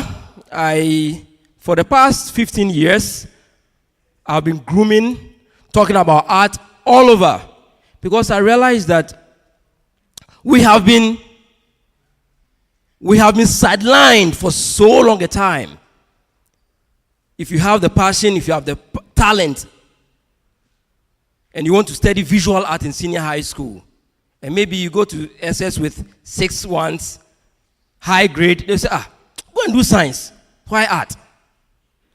So I kept asking myself, why? Are artists dumb? But look at this. Without artists, we would have been walking naked on the street. Do you believe that? Without artists, I'm coming from Ablekuma. Like now, I'll be walking. But artists invented cars, architecture. Look at this beautiful edifice. It's been created by artists. My mission around the world is to empower artists and to let them know that art is not only about drawing and painting.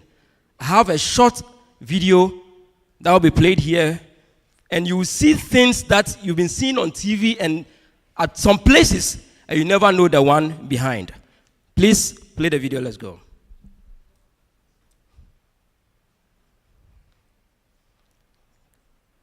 There's a sound. And please keep note of some inscriptions that will be beneath the video. I'll ask questions.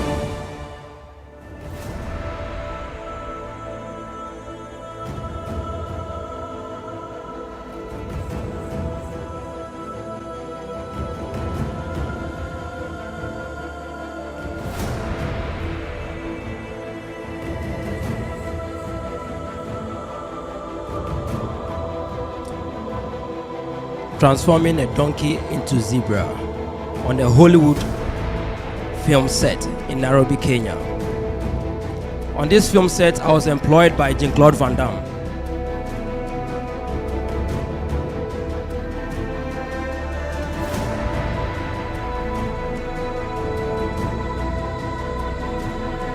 And that's the title, Sense8.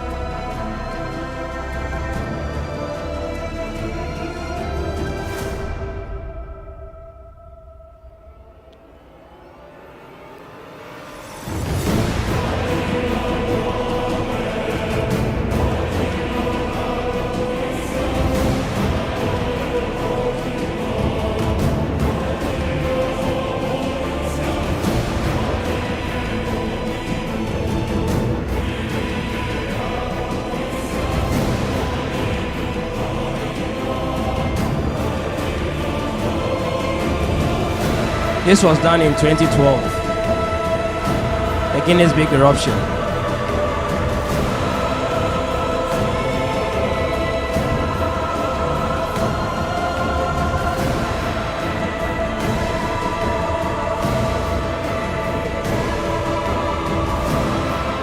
So creating a prototype of the Independence Square in Kumasi Sports Stadium for the celebration of the Independence Day 2016, right?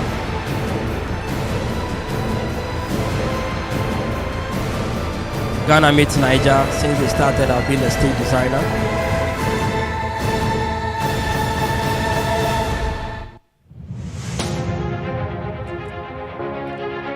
I know you've seen this background in Kwame Eugene's video, Kwame Eugene and Kitty.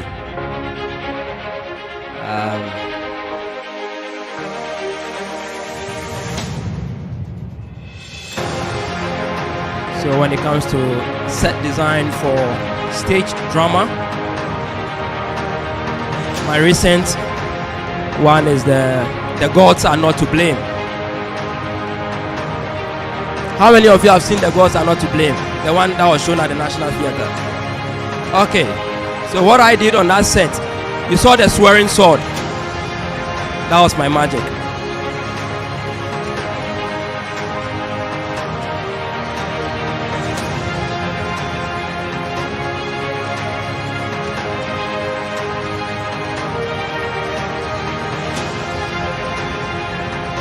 So when it comes to live painting,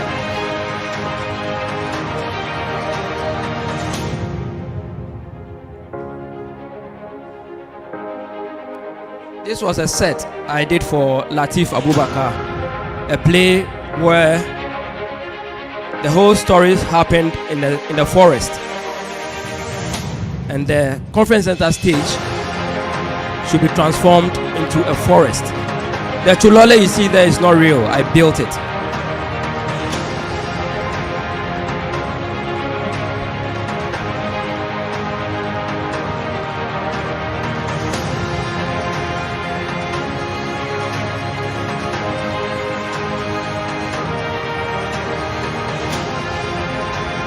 I'm a product of NAFTI, National Film and Television Institute. So some of my 3D paintings. Hollywood have used 3D paintings to deceive us in most of the films. You see someone jump from a high mountain. It's just a drawing on the floor.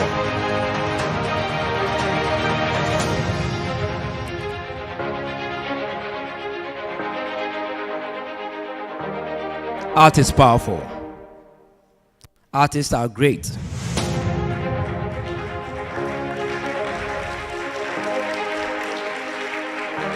There's one particular video I want you to watch, so keep playing. It will end soon.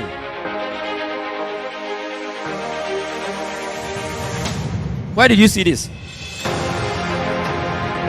Where did you see this? Who?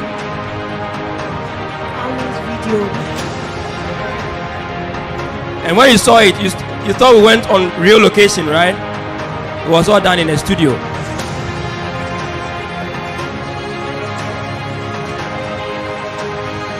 The power of art.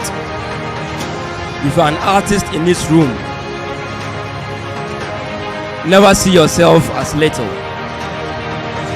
You make things happen. You have the ability to make things happen. Everywhere I do my magic. I was in Joburg and I was carried like a king just because of art.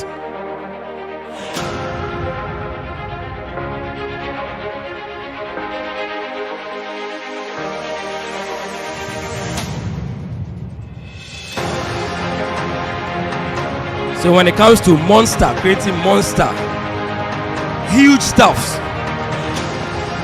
I am short, but I create things that are more higher. I love to create giants. There's an event happening at the conference center currently.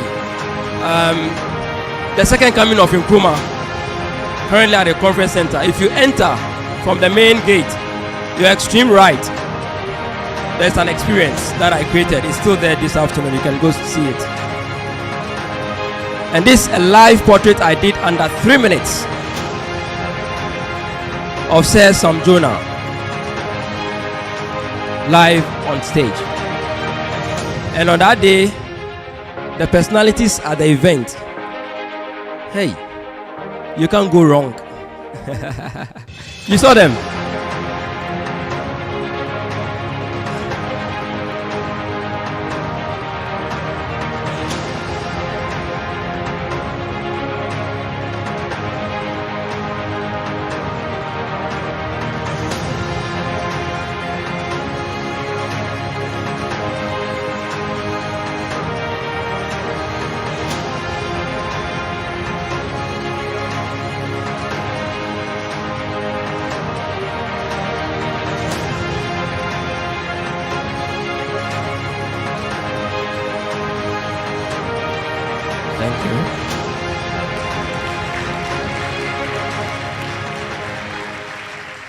Thank you. My mission here this afternoon is to inspire you. I'm not going to talk much. My video, I've spoken enough. I'm a man of talent. I talk about talent. I preach talent. I believe we all have got talents. Maybe you can read fast. Maybe you can draw, you can sing, you can dance. We all have talent. But discovering that talent is a challenge sometimes. Some people grow to 50s before they realize they have these abilities. And if you are fortunate, like myself, that I discovered mine at a very tender age, praise the Lord. But you need to push it. Talent alone is not enough. Yes, I believed in myself. I was drawing, I was painting, I was doing everything. But then I realized that just the drawing and the painting alone wouldn't get me here. So I transformed my talent into a skill. There's a difference between talent and skill. If talent remains a talent, you'll be poor. Because there are people who can play football very well, but they're in the villages, they are not even getting any team to play with, And some who realize that they can play and found themselves in some schools, academies, they are the ones traveling. Mewa. So you need to, whichever gift, talent you have, you need to transform that talent into a skill. I'm here to share with you something I've been talking about across the world. I was in the US last year, representing Ghana at a program called Next Level Global. And with Next Level Global, they did a Ghana edition here, which I was on as a resource person. And with my presentations, the kind of things, training I gave the youth that came, I was selected to represent Ghana in Washington, D.C. and New York. Right. So it wasn't me alone. There was other artists and creative people from other countries that we all converged there. There was a day that everybody was given 30 minutes to have a presentation, talk about what you do and blah, blah, blah, blah, blah. And first day they called, I wasn't part of it. Second day, I wasn't part of it. The second day, first person came, third person, fourth, and I went to ask, why? Me alone? They said, relax. So I was the last person called. And do you know why I was reserved for the last? They said, Kojo, you have a lot. And this day, it was around, let's say 12 in the afternoon. I was left till evening, 6 p.m., because I had a lot to share with them. I'm not just an artist. I'm a filmmaker and a theater practitioner. Now, this is how I started. My uncle happened to be, those days, the National Theater, the technical director, who designs stage. He does makeup, he does props and all that. So after close of school, I do visit my uncle. The days of Kiso concert party. Let me see by hands those who have watched Kiso concert party. Not what they are doing now, 10 times. So I see my uncle designing stage and all that. My uncle also doubles as a set designer on film sets. In fact, my uncle was part of the people that made Deadly Voyage, the film Deadly Voyage. My uncle did special effects on that set. So I went through several trainings at the National Theater. I'm one person that loves to learn and explore. If you come to my home, then you enter my hall, you might ask, is this place a museum or is this a library? I have every book on art, from fashion, music, dance, everything art, graphic design, animation. I have books. And I do a lot of research. It's part of your growth, our growth. Because even art is revolving. Now we have AI. Okay? So as an artist, you need to advance your skill. Let's quickly run through this thing quickly. Next slide. Okay, so talent is an exceptional what? Natural ability, especially in a particular activity, such as music, dance, whatever. Okay, so we all have it. Who here doesn't have a talent? Let me see you by hands. But I met somebody sometime ago who said, I don't have a talent, I don't have any talent.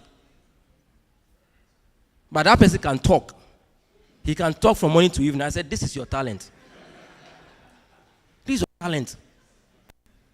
Kwame Sefa-Kain's talent is to talk and get paid. Meboa. So you are also Kwame Sefa-Kain. Go and advance what you have. Okay? Let's move quickly. We don't have time. So how to discover your talent? Using these few tips. So let's run through it quickly. Find a live assessment. Find what makes you feel strong. What makes you feel strong? If you can just close your eyes, pick a pen, and write a poem. You can write from morning to evening. You don't get tired. That is your strength. Find what you spend most money on, most of your money. When I was in school, tracing paper, color pencils, crayons, everything.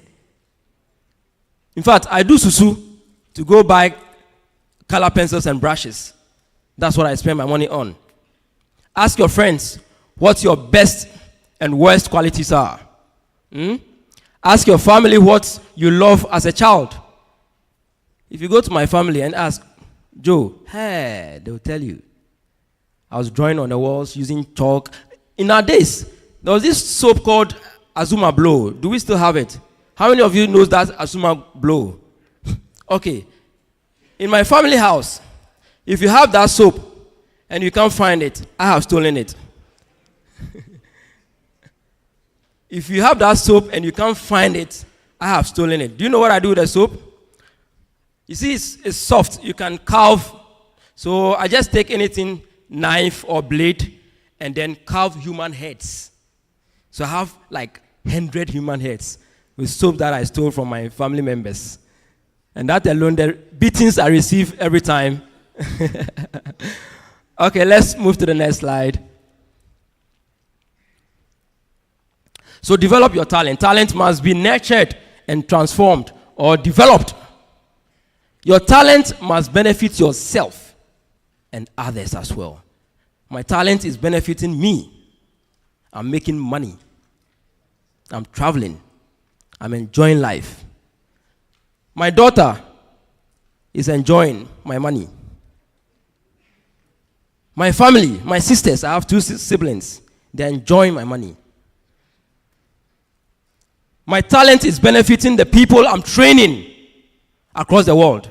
I have an organization called VASEP, Visual Arts Students Empowerment Project. I've been running this project for almost 15 years now, single-handedly.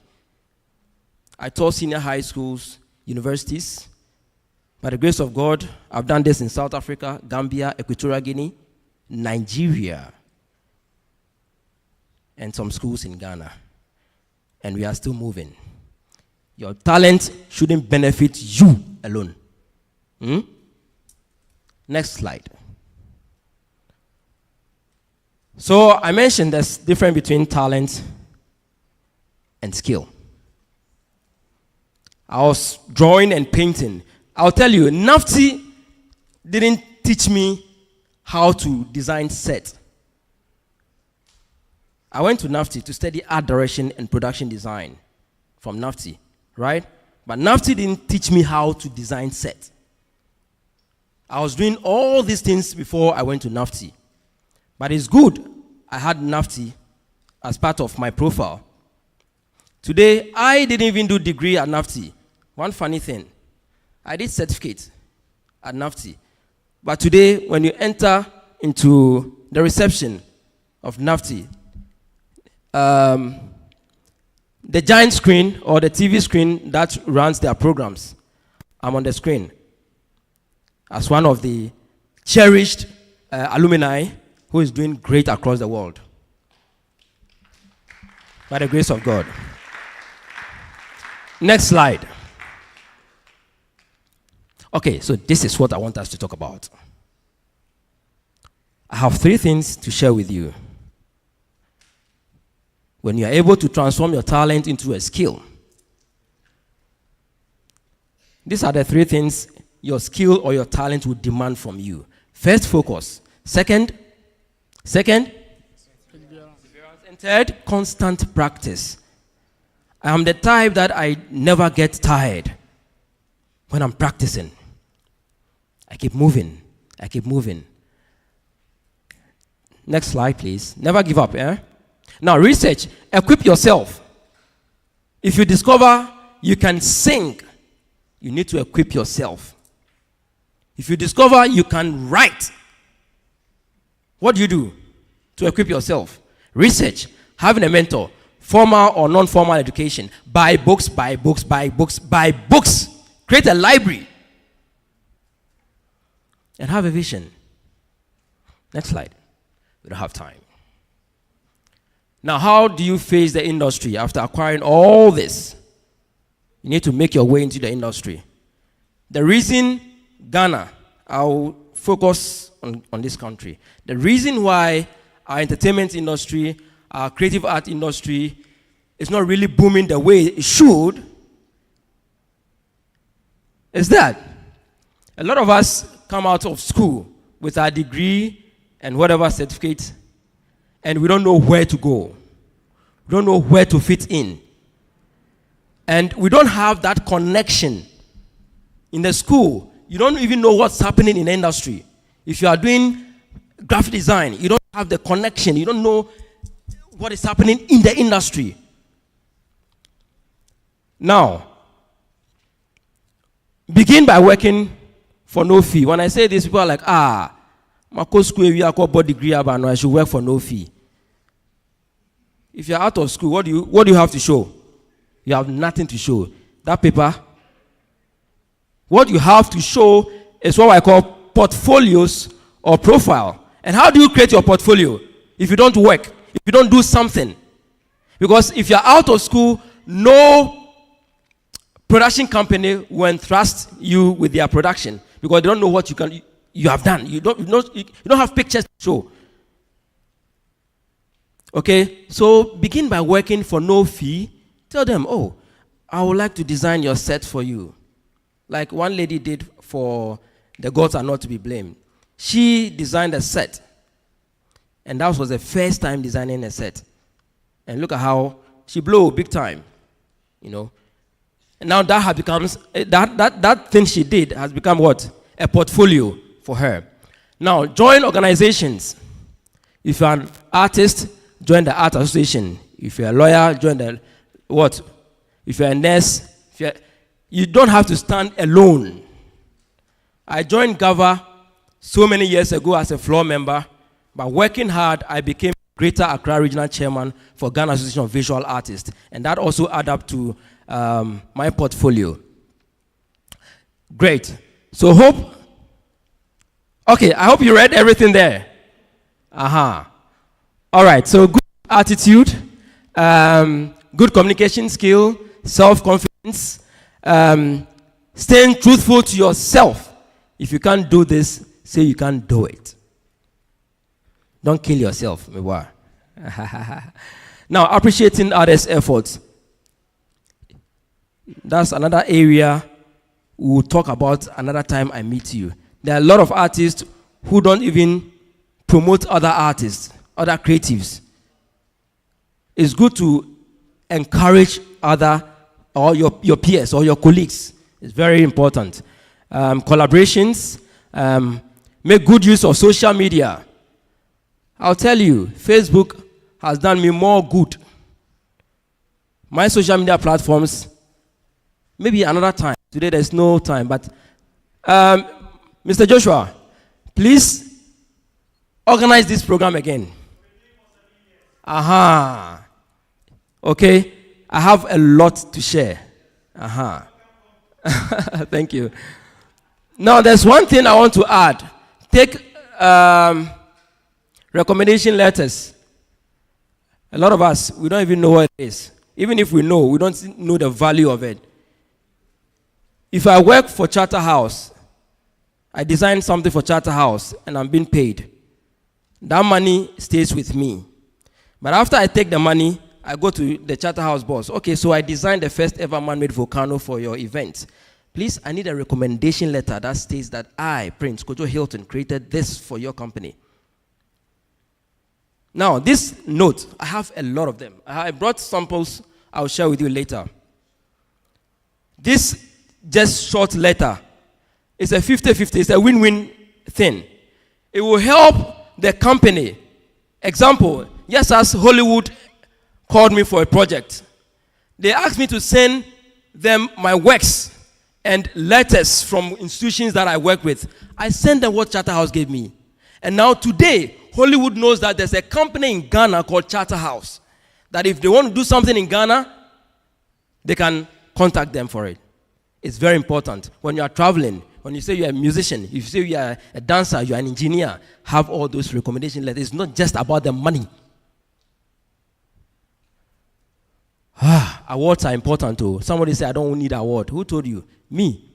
If I do something, I charge 10,000 today, and I win an award tomorrow.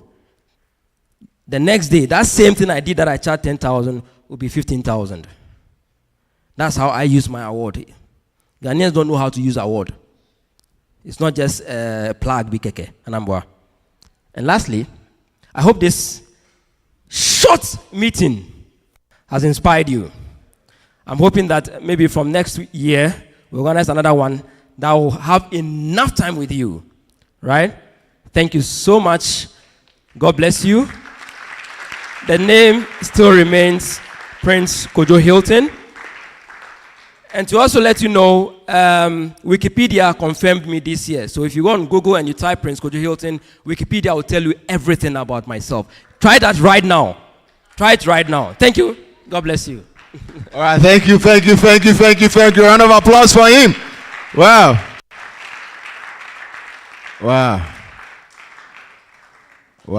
What recommendation do you have? Your recommendation is on Facebook, or it's on TikTok, or it's on Instagram. Right. Well, I don't know what to say now. So for those of you in the tech industry, do you have something like what you showed us, a reel of what you've done, a video of, They will always be going ahead. We will do all the design. They will go and take the money. So this is an eye-opener for all of us. Whatever we do, we should also have some kind of documentation for it so that when we have this platform, we can also show our own. That we also code, we also did that, and these are the results of it, right? Round of applause for him again. Prince Kojo Hilton, the Pan-African Arts Ambassador, right? So now, after we're doing our last presentation, then we can now zoom in to our exhibition area. So as we showed you again, the QR code, if you want to partake in any of the activities out there, please make sure you scan the QR code, register so that we can make a place for you at the exhibition site.